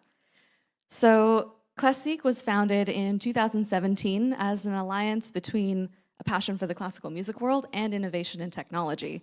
So we really try to bridge the gap between sort of the old world and the new world, moving forward to help emerging artists establish a career and set them up for success. So the purpose and what we actually do, this is our mission statement, is we aim to discover, follow, and support talent, specifically emerging artists, because we want to bridge the gap between their university education and actually learning how to take their knowledge of their instrument and create a career out of it.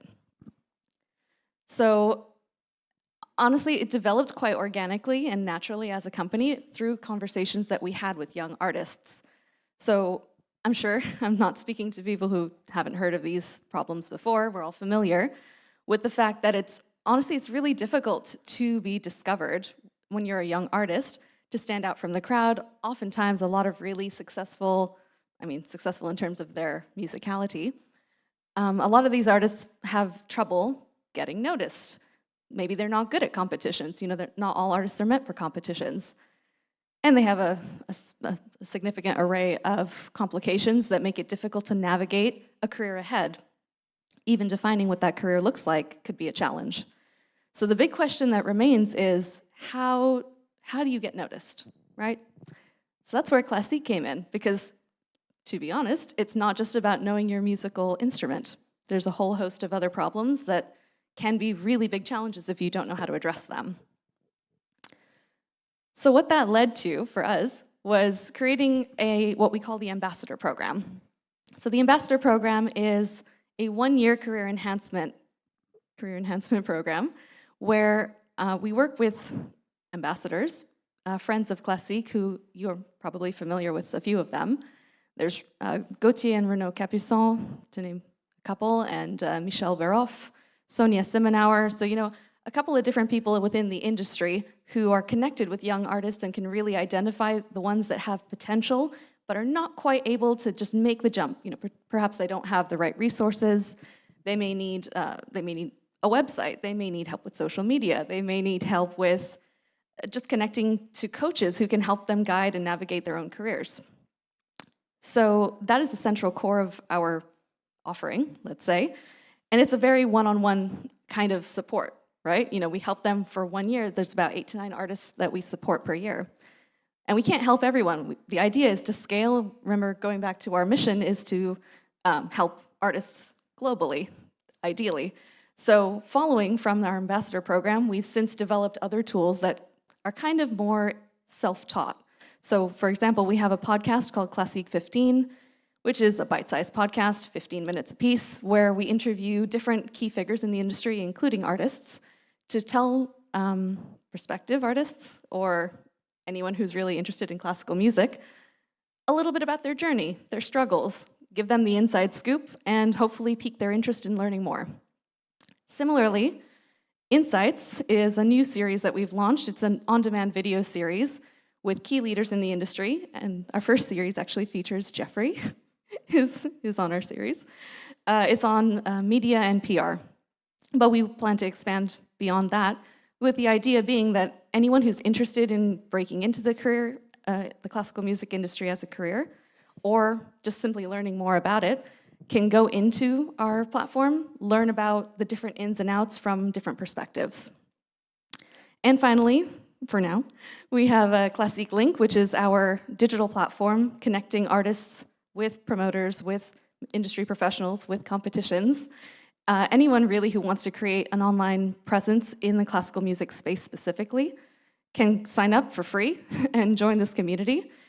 I can speak about it a little bit more potentially later, but one of the benefits for young artists that we like to use this platform for is it's a digital press kit. So if someone doesn't have a website and they're not part of our ambassador program, they can still sign up here, create their profile. It's like LinkedIn for classical music. You create an online CV for yourself with a bio, with photos, with any type of media that you'd like to associate with yourself. It's downloadable, and it's also publicly accessible. So we give people the option for visibility. That was a lot of me talking, so I'm going to speed through the rest of this. Well, thank you so much, Amita. There are many things that we can talk about in this panel, but I think one thing that was very interesting in what you just said, David, and I think which connects to what we were talking about yesterday about creating content. What you said was like, we as competitions create content because we have a mission, we have a story that we want to tell, but most of the times our audience isn't waiting for the stories that we want to tell. We need to maybe tell different stories in order to attract their attention. So how did you go about that, and how do you balance in the end what an audience wants to see and what we want to tell to the world? Definitely. It slightly goes into the algorithm side, but also on the better side of things, it goes into the human interaction side. So in essence, you should over-index in giving and then make sure there's like the little ask laters is the smaller part of that ratio. There's a great book called Jab, Jab, Jab, Right Hook by Gary Vaynerchuk, which is basically about that ratio. And so with it, for 6 months, we're doing all this content, which is wonderful. And at the end of the 6 months was applications are open, here's our launch, here's the thing we desperately want to tell you. And as a result, we had a bigger following, but also we had a more engaged following and an algorithm in a happier place. So for me, it should be always being audience focused. You wouldn't run a TV channel and not think about what the people would want to watch or take feedback of viewing figures and then recommission things based on what was popular. So it's the same vibe, and just you don't have to be sneaky and try and sneak them in the middle. Or like. Yeah, but you have to also make this connection then between, of course we can always look to the past, and that these are things that people know, but the things that are unknown, and bridging, linking the two together, because a call for applications is something completely different than having these videos from the winners of the past of the finals. Totally. For that, we did a video launch, which was slightly inspired by Apple, but on a ludicrously much smaller budget. Sadly, we didn't have Apple's budget. And with that, it was meant to be much more of an entertainment show. We had interviews with participants, but about the impact and what it meant to them. There's some really touching stories that came out of it. And so it wasn't just applications open, it was an entertainment piece with applications open. Also, I think the idea of having feedback and working out in real time is really good. To my fault, I thought that in particular our engagement and our attention was going to be driven by like the legends of the competition. And we found out from posting things that actually some of the people who weren't quite at that legendary status level yet, because they were younger, were being, if anything, more popular at times. So you get that real-time interaction, you can work out what they want and experiment. So I think that's definitely a positive. Yeah. And Maggie, how do you use these tactics for the Clyburn? Yeah, I'd say that, well, there's on competition time and then there's off competition time. So off competition time, what we've found more recently is all these little clips they want to see music. They want to see music more than anything else. And we, like the Leads and like other competitions, have a great catalog of past competitions, especially from the last few. And so using those, and I love your point about this, it's not necessarily going way back in time, which is also more difficult because of digitizing, video and things like that. But no, we found some, what is sometimes random success with things just going, going viral on Facebook in particular, depending on what the algorithms are doing at that time. And so for us, music is the most important thing on off competition time. Obviously, it's the most important thing always. During the competition, we do, yes. I mean, we explore ways to, and that's a part of, it's more engaging at that time with personalities. There's a lot more stories to tell. People are really interested, and so it helps with, I know we're talking about drop-off and things like that, but it helps us engage during our webcast and then on social as well to tell stories, to find little pieces, to talk about the Clyburn story, backstage, and all of this. So I think it's a balance, but I think mostly what you're talking about now is off competition time, which for us really, I mean, as much as we try to do outside of that, the music is everything, and we've got, I mean, it's endless if you're talking about minute-long clips. So using, composer birthdays, I mean, there's lots of little things that you can do. You composer birthdays, and you're going to post something by Chopin that really, even someone from our last competition that didn't make it past the first round, those can be very, very popular depending on how we set them up. And Max, you constantly are creating new content, so you don't have that problem then of an audience that is not engaged because there is nothing new on offer. But how do you maintain that viewership? Yeah, I think that consistency in communication and constant communication is key to success. In our case, as you said, that's quite easy because we are presenting the entire season of the orchestra, and we are having a live stream almost every week, so there's new content. We can talk about that. There are interviews with the conductors, with the soloists, with orchestra members. We post that or excerpts from that on social media, and then there's excerpts from the rehearsals and the like, so we can really tell a story around each concert before and after the concert, and that's a constant communication over the entire season. I think that's key to success. That's what we also said yesterday, the constant communication. Of course, you have the problem that there might be 2 or even 3 years where you don't have a competition and you don't create content. But you could, of course, but there's no way around constant communication. So how to solve that? You could probably produce a lot of content within 3 weeks, thinking about a story for the next 2 years. Or ideally, you can do that every month, of course. But if not, do that in a couple of weeks and use it over the next 2 or 3 years and make a plan for that story and for that communication. I think that's crucial. In our case, it goes without saying it's very easy to say that because we have content every week. But I think that's part of our success on social media and on the external channels of the company. I think that's really...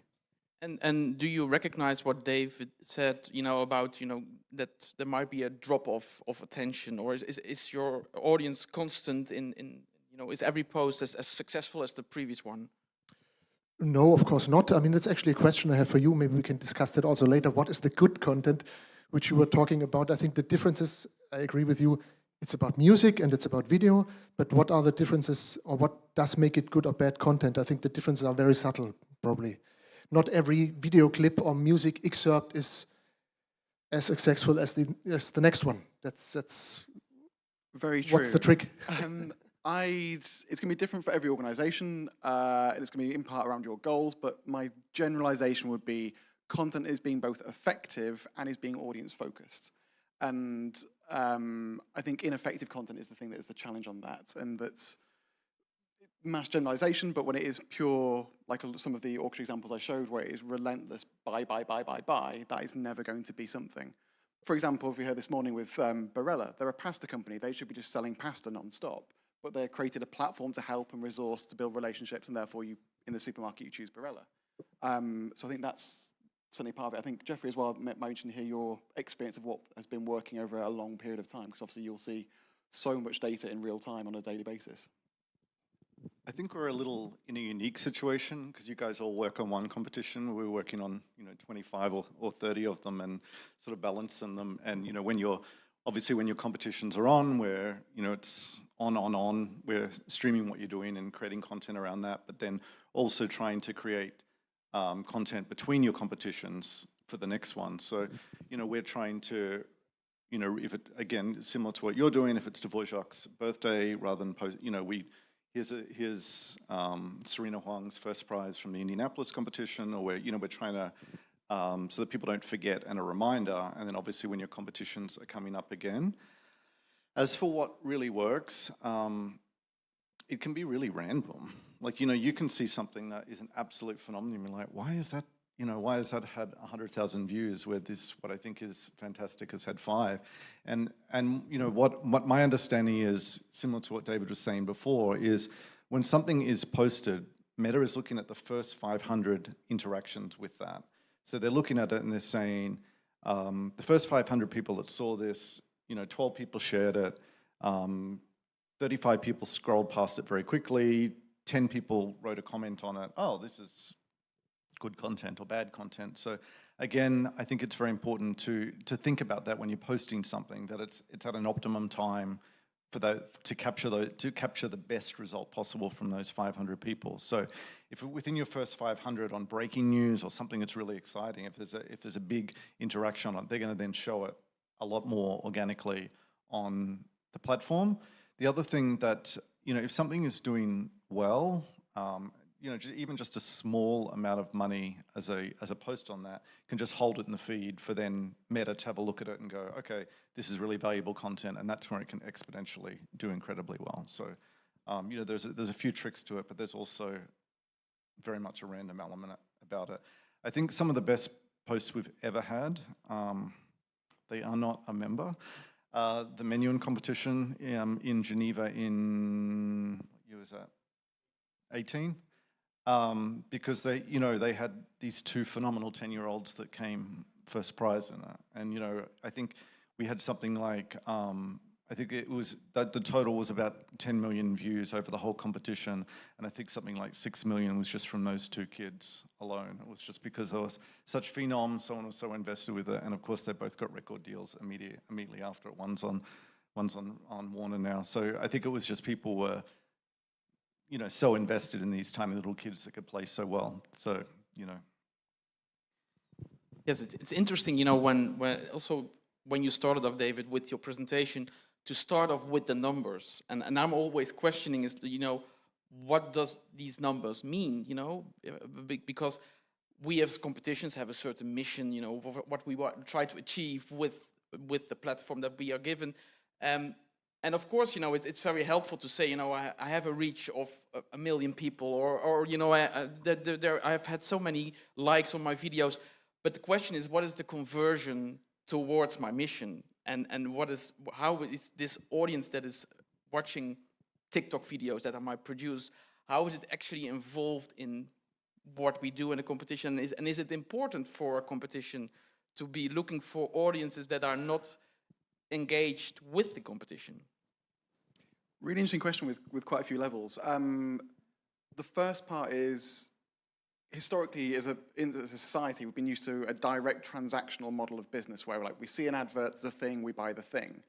Whereas now in the world we live in, it's a significantly more complicated ecosystem. You don't know where someone will jump in and then where their purchasing decision will jump off.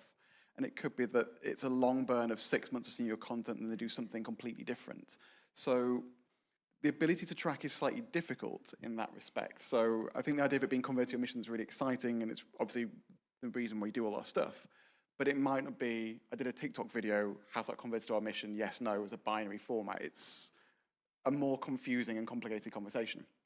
It's also why, as much as I love the big vanity metrics I put up there, my favorite bit is that story about that one person, because that's the human impact of it. And the human impact is something that we can write in funding applications if we're being completely open about things that are also very important, but also it comes back to the mission and the impact that we have on society and other things. So I think retaining those sort of human interaction stories are really important. The second part being about this wider audience, 100%, like our concert halls are only so big.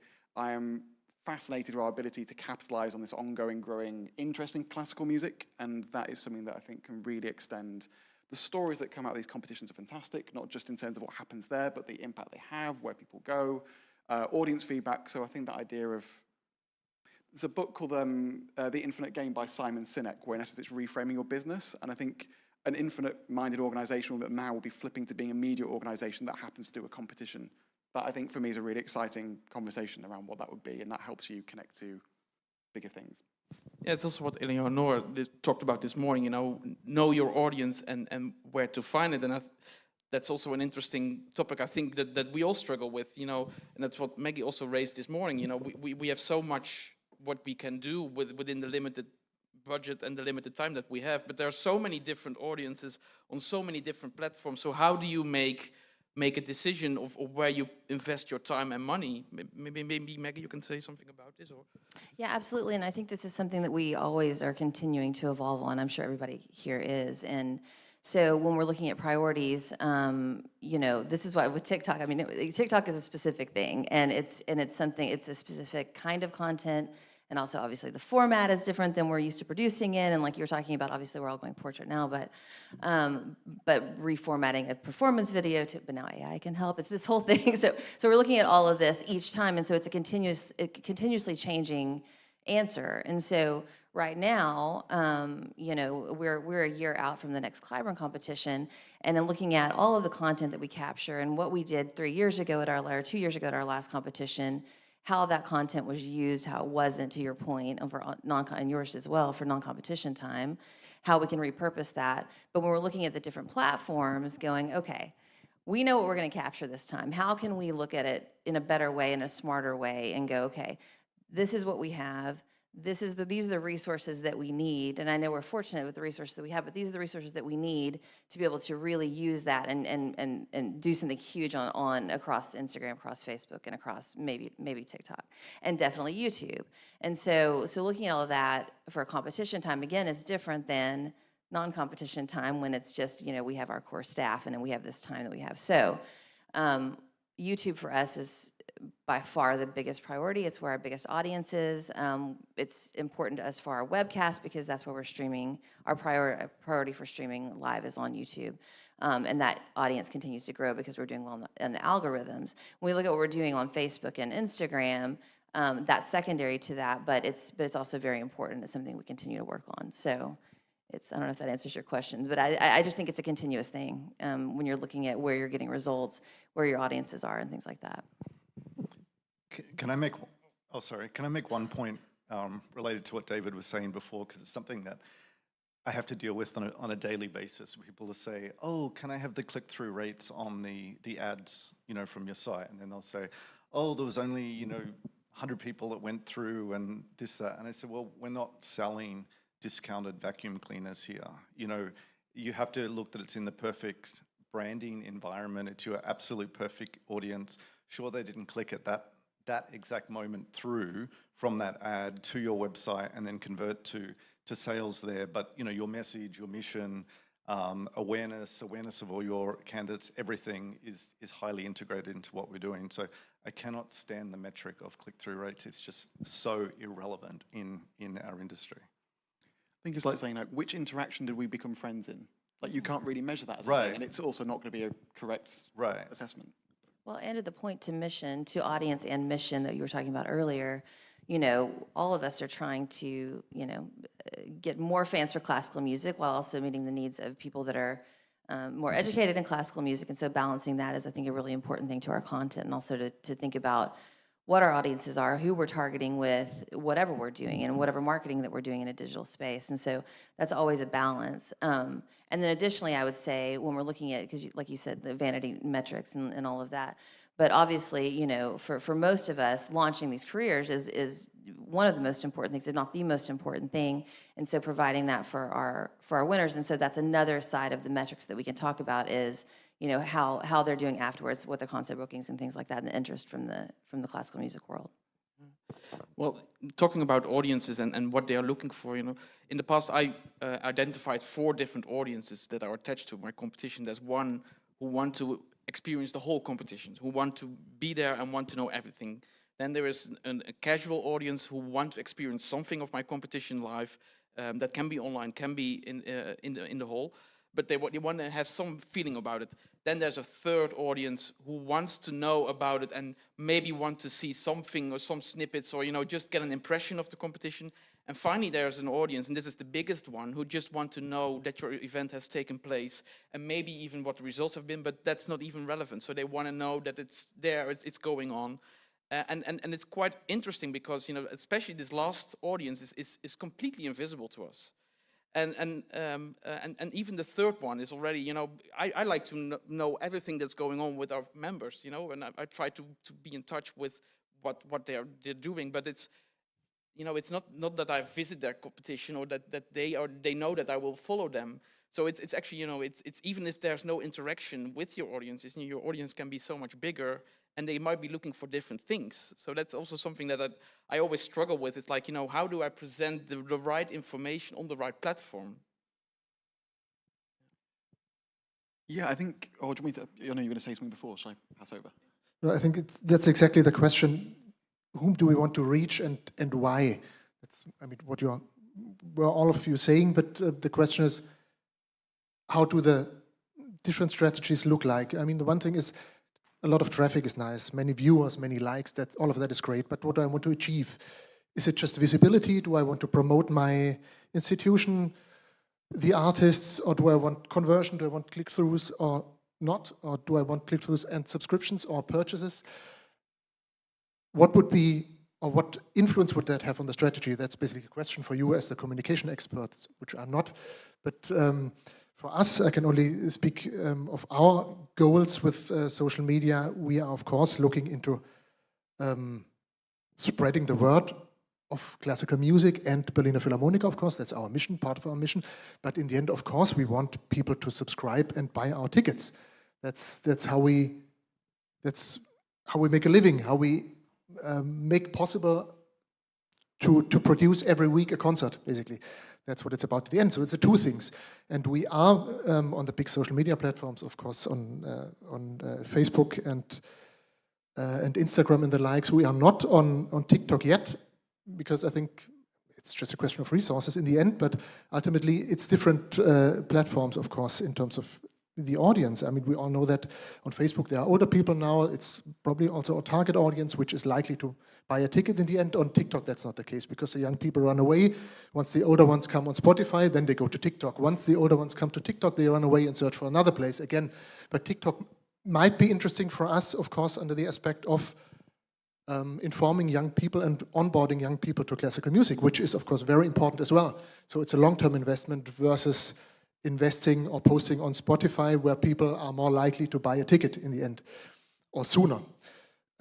That's one question. And in the break right now, I had a quite interesting conversation with a colleague about YouTube. And you just mentioned that it's, in the end, still the platform where most of the classical consumption happens. And it's also about long form. That's a big difference from TikTok, where it's a couple of seconds. And on YouTube, long form also works. And you can use that for conversion and for visibility quite well, because you can post short form videos and then, or even a movement of a symphony or whatever, of a concerto, and then basically place the call to action, continue watching on my platform. So I think with YouTube, there are many, many more possibilities than we have with TikTok and Spotify and the likes. And as said, the audience is big, it's there. As discussed yesterday, I'm finishing in a second. As discussed yesterday, I also don't like the fact that YouTube is not very good in terms of remunerating artists, composers. That's a fact, but the audience is there. We can make use of that as a tool. Not posting everything there and giving everything away for free, but rather use it in terms of visibility and for conversion. I think it's very good that you raised the point of YouTube, because I think we need to talk about that longer. And this is also maybe attached to other platforms as well, is that what I personally struggle with, I know how others are thinking, is how things change so fast. And how do you control a platform like YouTube in order to reach an audience? And it's for me, it feels like, you know, we need these platforms, you know, as you say, Maggie, they're so important, but somehow we cannot control, you know, what is going to be the outputs, you know, even less so than Facebook probably. And for me, it's really a black box. You know, you can have content on your YouTube page, and suddenly, you know, in a week you have 20,000 extra views on a video which has been posted 4 years ago. You haven't done anything, and suddenly it's going somewhere. And then again, if you look at streaming, you know, the live audiences have been going down for us, but we're seeing more engagement with the videos that we post after the competition. So how do you deal with that? I don't know if maybe Maggie, because you made a conscious decision to really focus all your attention on YouTube. Well, I think importantly for our competition, one of the priorities at our last edition was, to be on YouTube Live, but also, you know, to make these very important and strategic partnerships with distribution partners. And so one of the things that you talked about yesterday was that, as far as non-exclusivity. And so I did want to make that point. But no, I mean, with the success that we saw in 2022 on YouTube, obviously we sort of doubled down a little bit on that because the audience continues to grow. I think that live versus on demand is interesting, where we saw extraordinary, and I looked it up today, when Yoon Lim performed the Rock 3, the live audience for that, I think, was about, as far as actual people watching concurrently, the biggest it got to was like 7,000. And then when we posted it on demand very immediately, and that's what I would say is really important, is that sort of immediate on demand, and YouTube obviously offers that. very easily, but then we're cutting it as well. And then that video of just the Rock 3 ended up at 1 million just a couple of days later. So obviously that's an extreme situation that doesn't happen. But yeah, I mean, I think that the element of live, just going back to a little bit what y'all talked about yesterday, the element of live is very important for competition. It's a timely thing, but also them being able to watch it immediately. And I think that that's where sometimes if there's a delay, that can be an issue, especially when we're talking about such international audiences for all of us, because they're in different, obviously people are in different places in different time zones. What we also have made a priority of is cutting, and you talked about a little bit about this yesterday as well, but cutting down into individual pieces, individual movements, and things like that, even on YouTube, which is long form and is really, really great for us, and obviously during the competition itself is really important. But these, finding, and we're starting every, when we post a video, we start with the composer's name and the piece name, because that's what people are searching for first, for the most part, with a few exceptions with some artists, but for the most part, that's what they're searching for, the artist name, Lex, so that we're popping up into algorithms, and it's worked. Obviously, we had a big, propellant with Yunchan 2 years ago, but what we've done to continue that growth, and we're still getting, I don't know, 1,200 new subscribers every month on YouTube. Part of that is continuously putting out new content that is because they are using it as radio, YouTube. They are using it to find different versions of different pieces. We can do that with 30 competitors, not just the one, for every competition and for whatever they're playing. So so that's a way that we've tried to feed the content on YouTube in particular. Facebook is weird. I don't know. The algorithms, every now and then it'll just pop up, and all of a sudden something we posted 3 years ago is going nuts, and I literally don't know the answer. Maybe you do, but I don't know the answer to that. Yeah. And Maggie, can you maybe tell a bit about how, with Yuchan, how that worked in terms of time? When did the viewers come in? Yeah, so the Collaboration's been webcasting for a long time, since 2001 was the first webcast, and so those audiences have grown, slowly but steadily over those couple of decades. And in 2017, we ended up with about, I believe, 5 million views, and so our goal was more like 10 for this last competition, 10 million views, and across platforms, primarily on YouTube, but across platforms. We've got great viewership on Amadeus as well, but Medici. But so we were tracking at about 10 million for the competition by the end of it, for that 3-week period. And what happened, anyway, it was quite incredible, actually. So in that's a couple of days after we had our staff tracking what was happening with the numbers after, and people were talking about Yunchan as we're seeing this. And then, about a day or two after the competition, that Rock 3 video went viral on YouTube, actually viral, and was, I think, number 24, 25 of the viral videos on YouTube globally at that time, which obviously we all know for classical music is extraordinary. And so, it hit 1 million views and then just kept going. And we still, it's still just not that one, not just that video, but anything that he performed has gone nuts. And so we now are, I just checked this morning, our YouTube stats are, just for YouTube alone, are 50 million for that competition. Views and continue to climb and be of interest. What's interesting that I don't know that we're going to talk about, but is I think somebody said pirating earlier, but so when we talk about a viral reach of his performances, and especially that Rock 3, there's no telling. There's literally no telling, because so many people have grabbed it. I think that's the most important thing of YouTube, the longevity that it has. And there was. If I look at my own content, there are certain videos which are real slow burners, which you think, oh, it's not going anywhere, but then you look 4 years later, and it has every week new views, and then certainly you are at a level. But also, that's what I noticed, is that if you look at audiences of YouTube, is that it's much younger than you would suspect.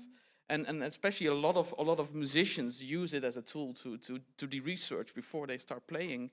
And that's what you see, is that the audience on our YouTube pages are mainly under 30, and I think that's you would expect with long content that you would appeal more to an older audiences. I don't know if you have the same experience or.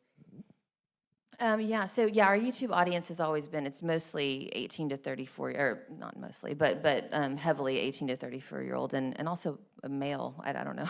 I don't know what the others are not that way, but yeah, no, it is. I mean, for a long time we've noticed that trend. And yeah, I mean, I forget what the number was yesterday, so many million classical music aficionados or fans or whatever in the world. And so when you just look at that alone, you're reaching now again, but because of what happened to us 2 years ago, it's gone certainly beyond that, and our audience in South Korea is huge on YouTube, which is also important, also in Japan.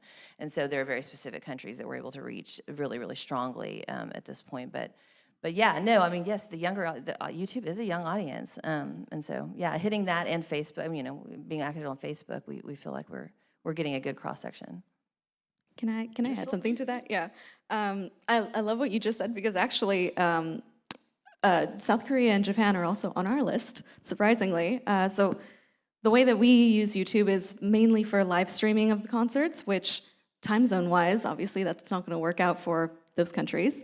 But it's actually really interesting that the replays that we get so many more views. I'm thinking the numbers are about like 500 times the live numbers are our rewatch numbers per season. And interestingly, the way that we use it to engage with those audiences is a couple of different things.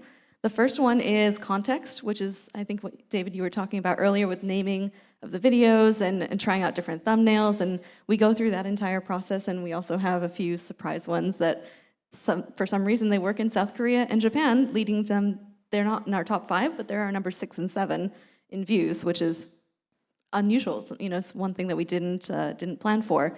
But YouTube Shorts as well is one that engages with that younger audience that you were talking about, very specifically because it acts like TikTok, and people are on YouTube anyway because they're looking for those longer videos. And then you just scroll down a little bit, whether it's your phone or your computer, and you have the shorts that are there relevant to the video that you're watching. So that's a way that we also keep a lot of content active and alive. And actually, in terms of what Maggie, you were saying earlier about setting artists up for success, it's something that we encourage them to do because user-generated content is always more popular.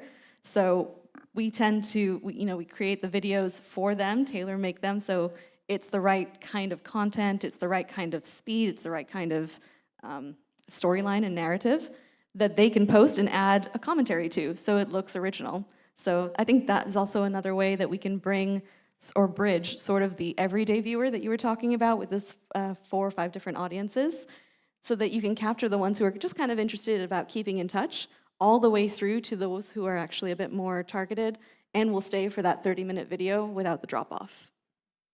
Yeah, very exciting, yeah. No, and I think you're right, Maggie, that the composer and the work are getting more and more important. Recently, I was shown a beta version of a new technology that is coming, especially for students, which is using AI in a positive way by having scores which are in real time follow the music. And what they are going to use that for is for students to be able to have this piece and then have a direct transition to all the videos of that piece on YouTube, and so that they can go bar by bar through all the different interpretations. So you can compare at real time, like Volo does to anybody. So that's also the power of YouTube. These new technologies are using this as a database for studying, for instance. But it's quite an interesting observation, because back in the days when I was working at Adagio, we were looking at, or the structure which we were building up there was based on works, composers and works, not so much on albums and artists, because we thought that's the approach which makes most sense for classical aficionados. And I still believe that's kind of true, but at the same time we noticed that, opposite to what you are saying, that the trend goes towards stars, persons, people, faces, names, things like that. And then we started also back then to focus more on albums and feature covers, artist faces. So I don't know. I think it might depend on the platform. I really do. On YouTube, for me, it's both. Hopefully, it's both. And it depends on the audience, what they're looking for. Right. Yeah. So right. Exactly. So I don't know. I think maybe on a Spotify or or adagio, maybe that, I don't know. I think it might be different than YouTube. I could be totally wrong on this. It's just me guessing. But you know, because I think YouTube, that people, because of how they interact with it and how they search and its algorithm, how it suggests things to people, that a piece might be more important. Not always, but might be. Obviously, Yoon Chan Lim is more important than Rock 3 for us. But most of the time, it's the piece is what people are finding. But I think on Adagio that might be different, because you've got people that are seeking out specifically, you know, maybe artists a little bit differently. I don't know. Yeah, but I mean, it's also an interesting finding that it's different on different platforms. It's not always the same across all platforms, but you really have to adapt to the platform and to the way posts work there, and what is most successful, which way of addressing classical music. It's again getting also back to knowing your audience, and I think sometimes we underestimate how large our niche audience is sometimes. You know, because we are working globally, it means that you in the end have a much bigger scope than sometimes we only look at, you know, the classical music lovers and maybe in our own town or in our own country, but the reach is far more larger than what you think. Well, this is what of course the success of Violin Channel, you know, that you have a very, very knowledgeable audience who are coming to your platform just because they already know a lot. I think we do focus on that. We're like, oh, we're such a niche of a niche, we're so small. But whenever you see data and statistics from Spotify or platforms like that, I think we rank number 4 as a category ahead of hip hop. So, you know, I think you're exactly right. Like we are much larger than we give ourselves credit for. I want to go somewhere completely different because, and I want to hear your thoughts about this, Jeffrey, because you're still streaming a lot on Facebook, moving to Facebook, and you were talking about this before, you know, the video content and the audio content. For me, Facebook has become completely irrelevant in terms of video, because as soon as I post something, it's completely blocked, or, you know, it's removed, or I get every day messages of blockings again on content that has been posted 10 years ago. How do you deal with that? Okay, so when Facebook Live first started, there was a lot of, I think we're in the middle of a competition, all of a sudden like the video just kept getting cut. And I guess I was in a lucky situation being in New York that I was able to ring the head of all the record companies and get put on the whitelisting for all of them. So, you know, Universal, anything on Universal, they have marked us as safe, and Naxos, all of the group, Warner. So we actually have whitelistings with all of the CD companies. So we get very few, you know, very few copyright strikes. So we've had situations with partners that are streaming with us, and they're streaming on Medici, it gets cut on Medici, but it doesn't get cut on us. So I think I just got a little lucky, because they won't whitelist anyone anymore, but we did get whitelisted on all of them about probably 5 or 6 years ago. So, and that's permanent. You don't have to do it each time. Yeah. Yeah. So I think that's why often I say to a lot of our clients with the streaming, don't give up on Facebook, but you can stream it directly via our account and then cross-post it to your own, and then you can use the whitelistings there. So I think it was just, I don't know, unfortunate. No, but this is of course a huge problem also on YouTube. You know, the claims that you get, like you have to respond to every week. It's ridiculous. I think it goes into potentially a wider industry thing, and there tends to be sort of at this point like a criticism of like Facebook took it down or YouTube did, and in this scenario it's the labels that are the challenge, and actually the more pressure that we as an industry put on them to fix this problem, the better it is for everyone involved. And I can understand that they're cautious around this, but it's the same with people complaining about Spotify not paying artists. Spotify doesn't have money, they've just increased prices. It's the labels who are making all the money off this, so the more we put onto them, the better. Wasn't expecting to go there mid-talk on like taking on the record industry, but there we go.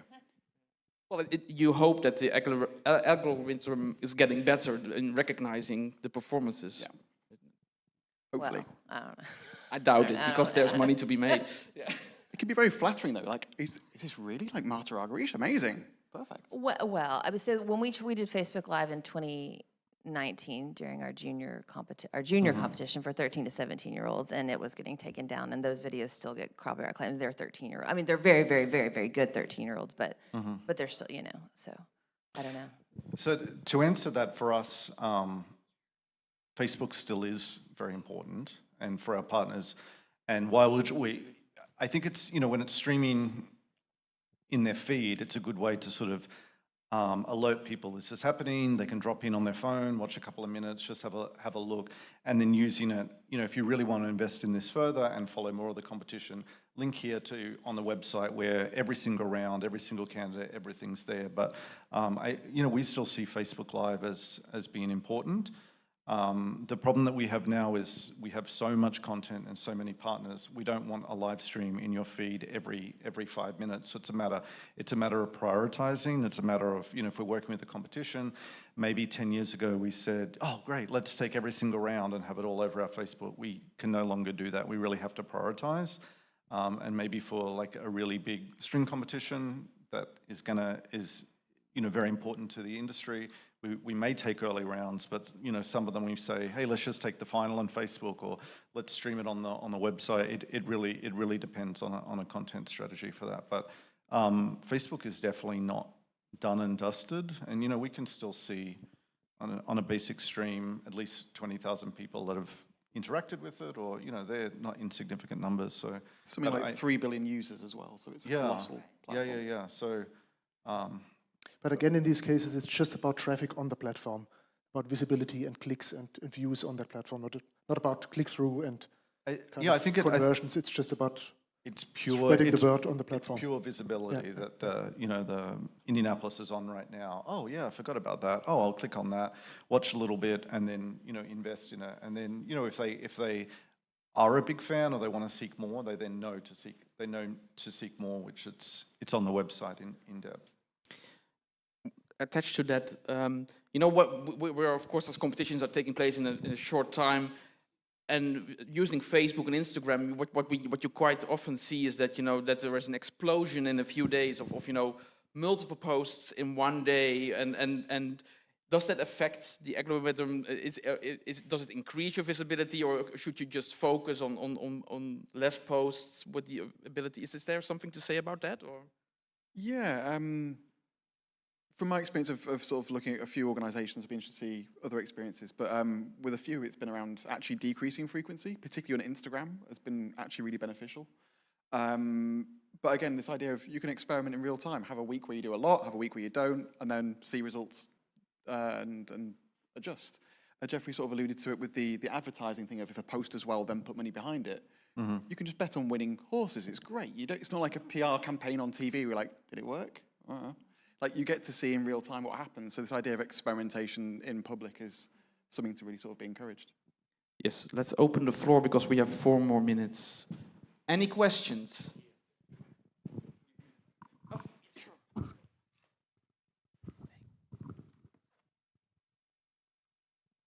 Thank you a lot for those 4 minutes. Now I have a question to Amita Rai Guru, Classique. I'm representing the oldest competition. We have 3 instruments, clarinet, flute and bassoon. And we have cash prizes. And we're having a concert agent who is producing orchestra commitments and concerts for our prize winners. Could we use you as sort of a concert agent for our prize winners? And how much would, if you would take care of their platform and create engagements for them, how much would we have to pay for 1 year effort that you are, in case you are a concert agent, for our prize winners? Thanks for the question. Let's say we'll talk afterwards as well. But in general, just sort of to clarify, Classique, we don't act as an agent or an agency in that respect. What we would do, and what I would obviously recommend up front, is our Classique Link platform for not only the winners of your competition, but anyone who participates, because the idea is that it gives them the platform that, you know, Facebook, Instagram, any of these other platforms it would get lost in that sort of chaos because you're connected to people who are outside of the classical music industry, or if your posts are public, they would also get lost in the noise of classical music in general, people using it for playlists that are, study music and things like that, where it's the peripheral audience that you're not necessarily looking for. But when it comes to, winning a competition, announcing that news, connecting with others who are in your industry and potentially able to help on to the next step, that's where you'll find the Maison Classique link, as one example. But then, yeah, we obviously work with partnerships and collaborations to help promote young artists, so we can talk afterwards.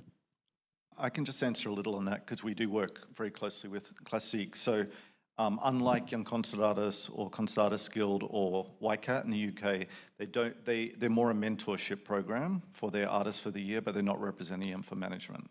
So each year they hold auditions and artists can apply, and then they take their roster for the year and they do great mentorship. They're doing streaming with them. They're really helping them develop their brand, but they're not doing management on that. Exactly. I want to make a quick correction. We didn't have 4 minutes, we have 11 minutes. So plenty of time for questions. Hi, this is Natalie from Amadeus TV. We worked with many competitions before, but still a very brief introduction. Amadeus TV is a Chinese music media based in Beijing, and we started broadcasting international music competitions since 2019, and we have our own production team and social media sources. So my concern is that about the intelligence property, the copyrights that Rob just mentioned before, we have the same question, same problem in China when we post contents on YouTube, Facebook, TikTok, and it's rejected because it declared that it has illegal copyright, although the videos and contents are authorized by the competitions. So that's one concern. And the other one is that I want to share. In the past, we broadcast international music competitions, but there are some private person use their own social media account to record the contents or even download the videos from official websites. And then he broadcast the whole show or competition the other day, the day after the competition. So that is illegal, but I don't know, somehow the internet just didn't detect that. And that is quite common an issue in China. I'm not sure if that's a common issue in international market or in your countries. So, and maybe, is there anything we can do on it for the copyright issue? Yeah. Thank you. Shall I start? I'm just trying to remember a number from stream ripping. But even in Europe, I think I looked at into that topic 2 or 3 years ago, and the number was horrifying. So stream ripping is still something. It's not YouTube, it's also audio streaming channels, and basically any streaming channel out there, from any streaming channel you can rip, and people do it. That's, I think, the bitter truth. But the question is what to do about it. Any copyright protection doesn't help because it's very easy to find a YouTube downloader or Spotify downloader or whatever, Apple Music downloader. That's super easy to do if you just want to do it. So it's possible, but what do we do about it? I mean, promote our music, promote the services, promote the legal services, tell the story that these are much better, that the other consumption is much more convenient and much better in terms of quality. I think that's what we can do about it. We can't just take it down because that's, would just leave us forgotten. I think you can always report things. It's very easy to report it, and then they have to justify why things stay up. I know with our Vanguard concert series, I see it everywhere, where people have taken it and ripped it. Sometimes they've acknowledged us, which is cool. Sometimes they haven't. I usually just let it go. I figure it's out there for the better good. One other thing, if it's hard to also catch when someone's doing that, is to set up alerts so that you're also aware. If they use, particular keywords, your competition name is an easy one, but otherwise, timing-wise, if it's, in a particular location, that's one thing that we like to do is to set up those alerts so that we can be notified, and then exactly what Jeffrey said, make those reports. Oftentimes it works, and if it doesn't, you can also share on your own platform that it's not, that's not the official stream. You come to us, you come for the higher quality, the higher resolution, whatever the case is. Communicate about it, exactly. Exactly. About the better offer. I figure if it's for the greater good and doing no harm, I don't really have an issue with it when somebody, and if they're taking a small amount of concerts and I can tell it's ours, I'm like, if it was harmful in any way or if it was denigrating what we did, I would definitely report it. Otherwise, I'm like, all PR is good PR, isn't it what they say? Any more questions? If not, then I have one more. Because, Amat, you were saying that you were also doing podcasts. And this is something I think that we haven't talked about yet. And I think it's such an interesting new market. And I'm interested to hear, what your experiences are with this platform. Because you see a growth in so many markets. And I think it's something new that we can also attract new audiences. But so what are your experiences with doing podcasts? Absolutely. So our podcast has been really successful. It launched last year. And I mean, it's slow growth because we haven't put money into any of the advertising for it, so it's been organic. But we've had over 1,000 downloads and, constantly getting more views and listens every month. Actually, we're talking about YouTube is one of the platforms that's been the most successful is putting those podcasts onto YouTube, because since Google Podcasts is no longer a thing and it's now YouTube Music, podcasts that are living on both platforms, the podcast platform and YouTube videos, is now combined into one, so we get even more reach.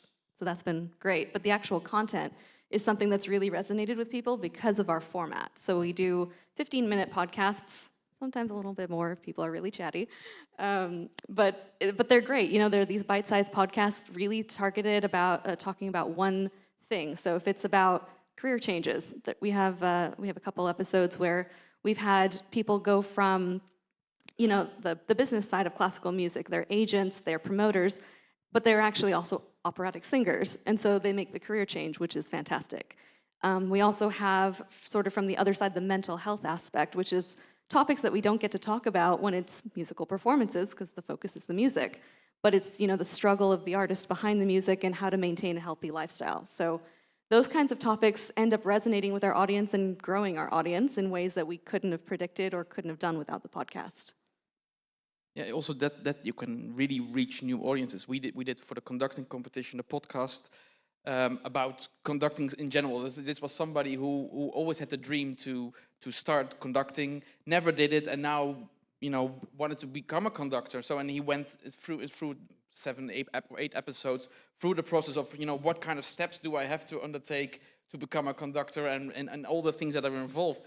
And what we noticed is that the people who would listen to this podcast, they were not at all attached to classical music or music in general. They were just curious about, what is it that the conductor does, and just so it's reaching completely different audiences. So I think that's very interesting. Absolutely, and actually feeding back into the conversation about the funnel, I think that's one of those touch points that exactly what you said. These people have no connection to classical music. They found us on Spotify because we were on the recommendation list for them, or they stumbled across one of our social media posts, thought it was a cool, we post clips of those, even though it's only 15 minutes, we post 1-sentence clips to get the interest in that episode going. So we'll get interest that way, they'll come to Spotify, we'll not know that these people even exist yet because they're not on our radar, but they're gonna come into our sort of home base of content and fall into the classical music industry that way. But in terms of that funnel, it's really interesting to tap into these people because they're interested in so many different aspects that they wouldn't have initially thought were connected, but we kind of bridge those connections too and introduce new artists along the way. Yeah, and I don't know if this is in other countries as well. You see also the traditional platforms, the radio stations, they are moving to podcasts as well. So it's a completely new trend, and I down the line I see that radio is becoming like a broadcast of the podcasts that they produce for online. And not just radio stations, newspapers. The Times in the UK has loads of podcasts. They are huge, but it's such an interesting phenomenon. It can be really niche. The thing that's important is consistency and doing it over a long period of time. It's a commitment, not like a one flash in the pan. I potentially disagree that podcasts are a new thing. A few that I still listen to, I've been listening to for over 10 years now. to the point where I stopped counting on the way back when I was thinking about it. But I think they're really interesting to explore. If it is interview things, I think it's a great opportunity for doing hybrid of live podcasts. So it could be in the run-up to your competition, it's going forwards, and then in person, you have a live ticketed event where you can make money, and then there's like a live studio audience type vibe. They're a great place to experiment. There's no rules with podcasts. You can really enjoy. You actually create the content quite often during your competitions when you have in between your live stream an interview or an expert reflecting on. That's already a podcast. Definitely, and the nice part with it not being radio is they could be crap. Like the audio quality doesn't have to be good for podcasts. It's not the same sort of. There's always like an interviewer and someone on Zoom with like the worst Wi-Fi imaginable, and it sounds horrible. And it's okay, and you have that flexibility, which I think is fun. And if it's recorded, you can upcycle it into different types of content.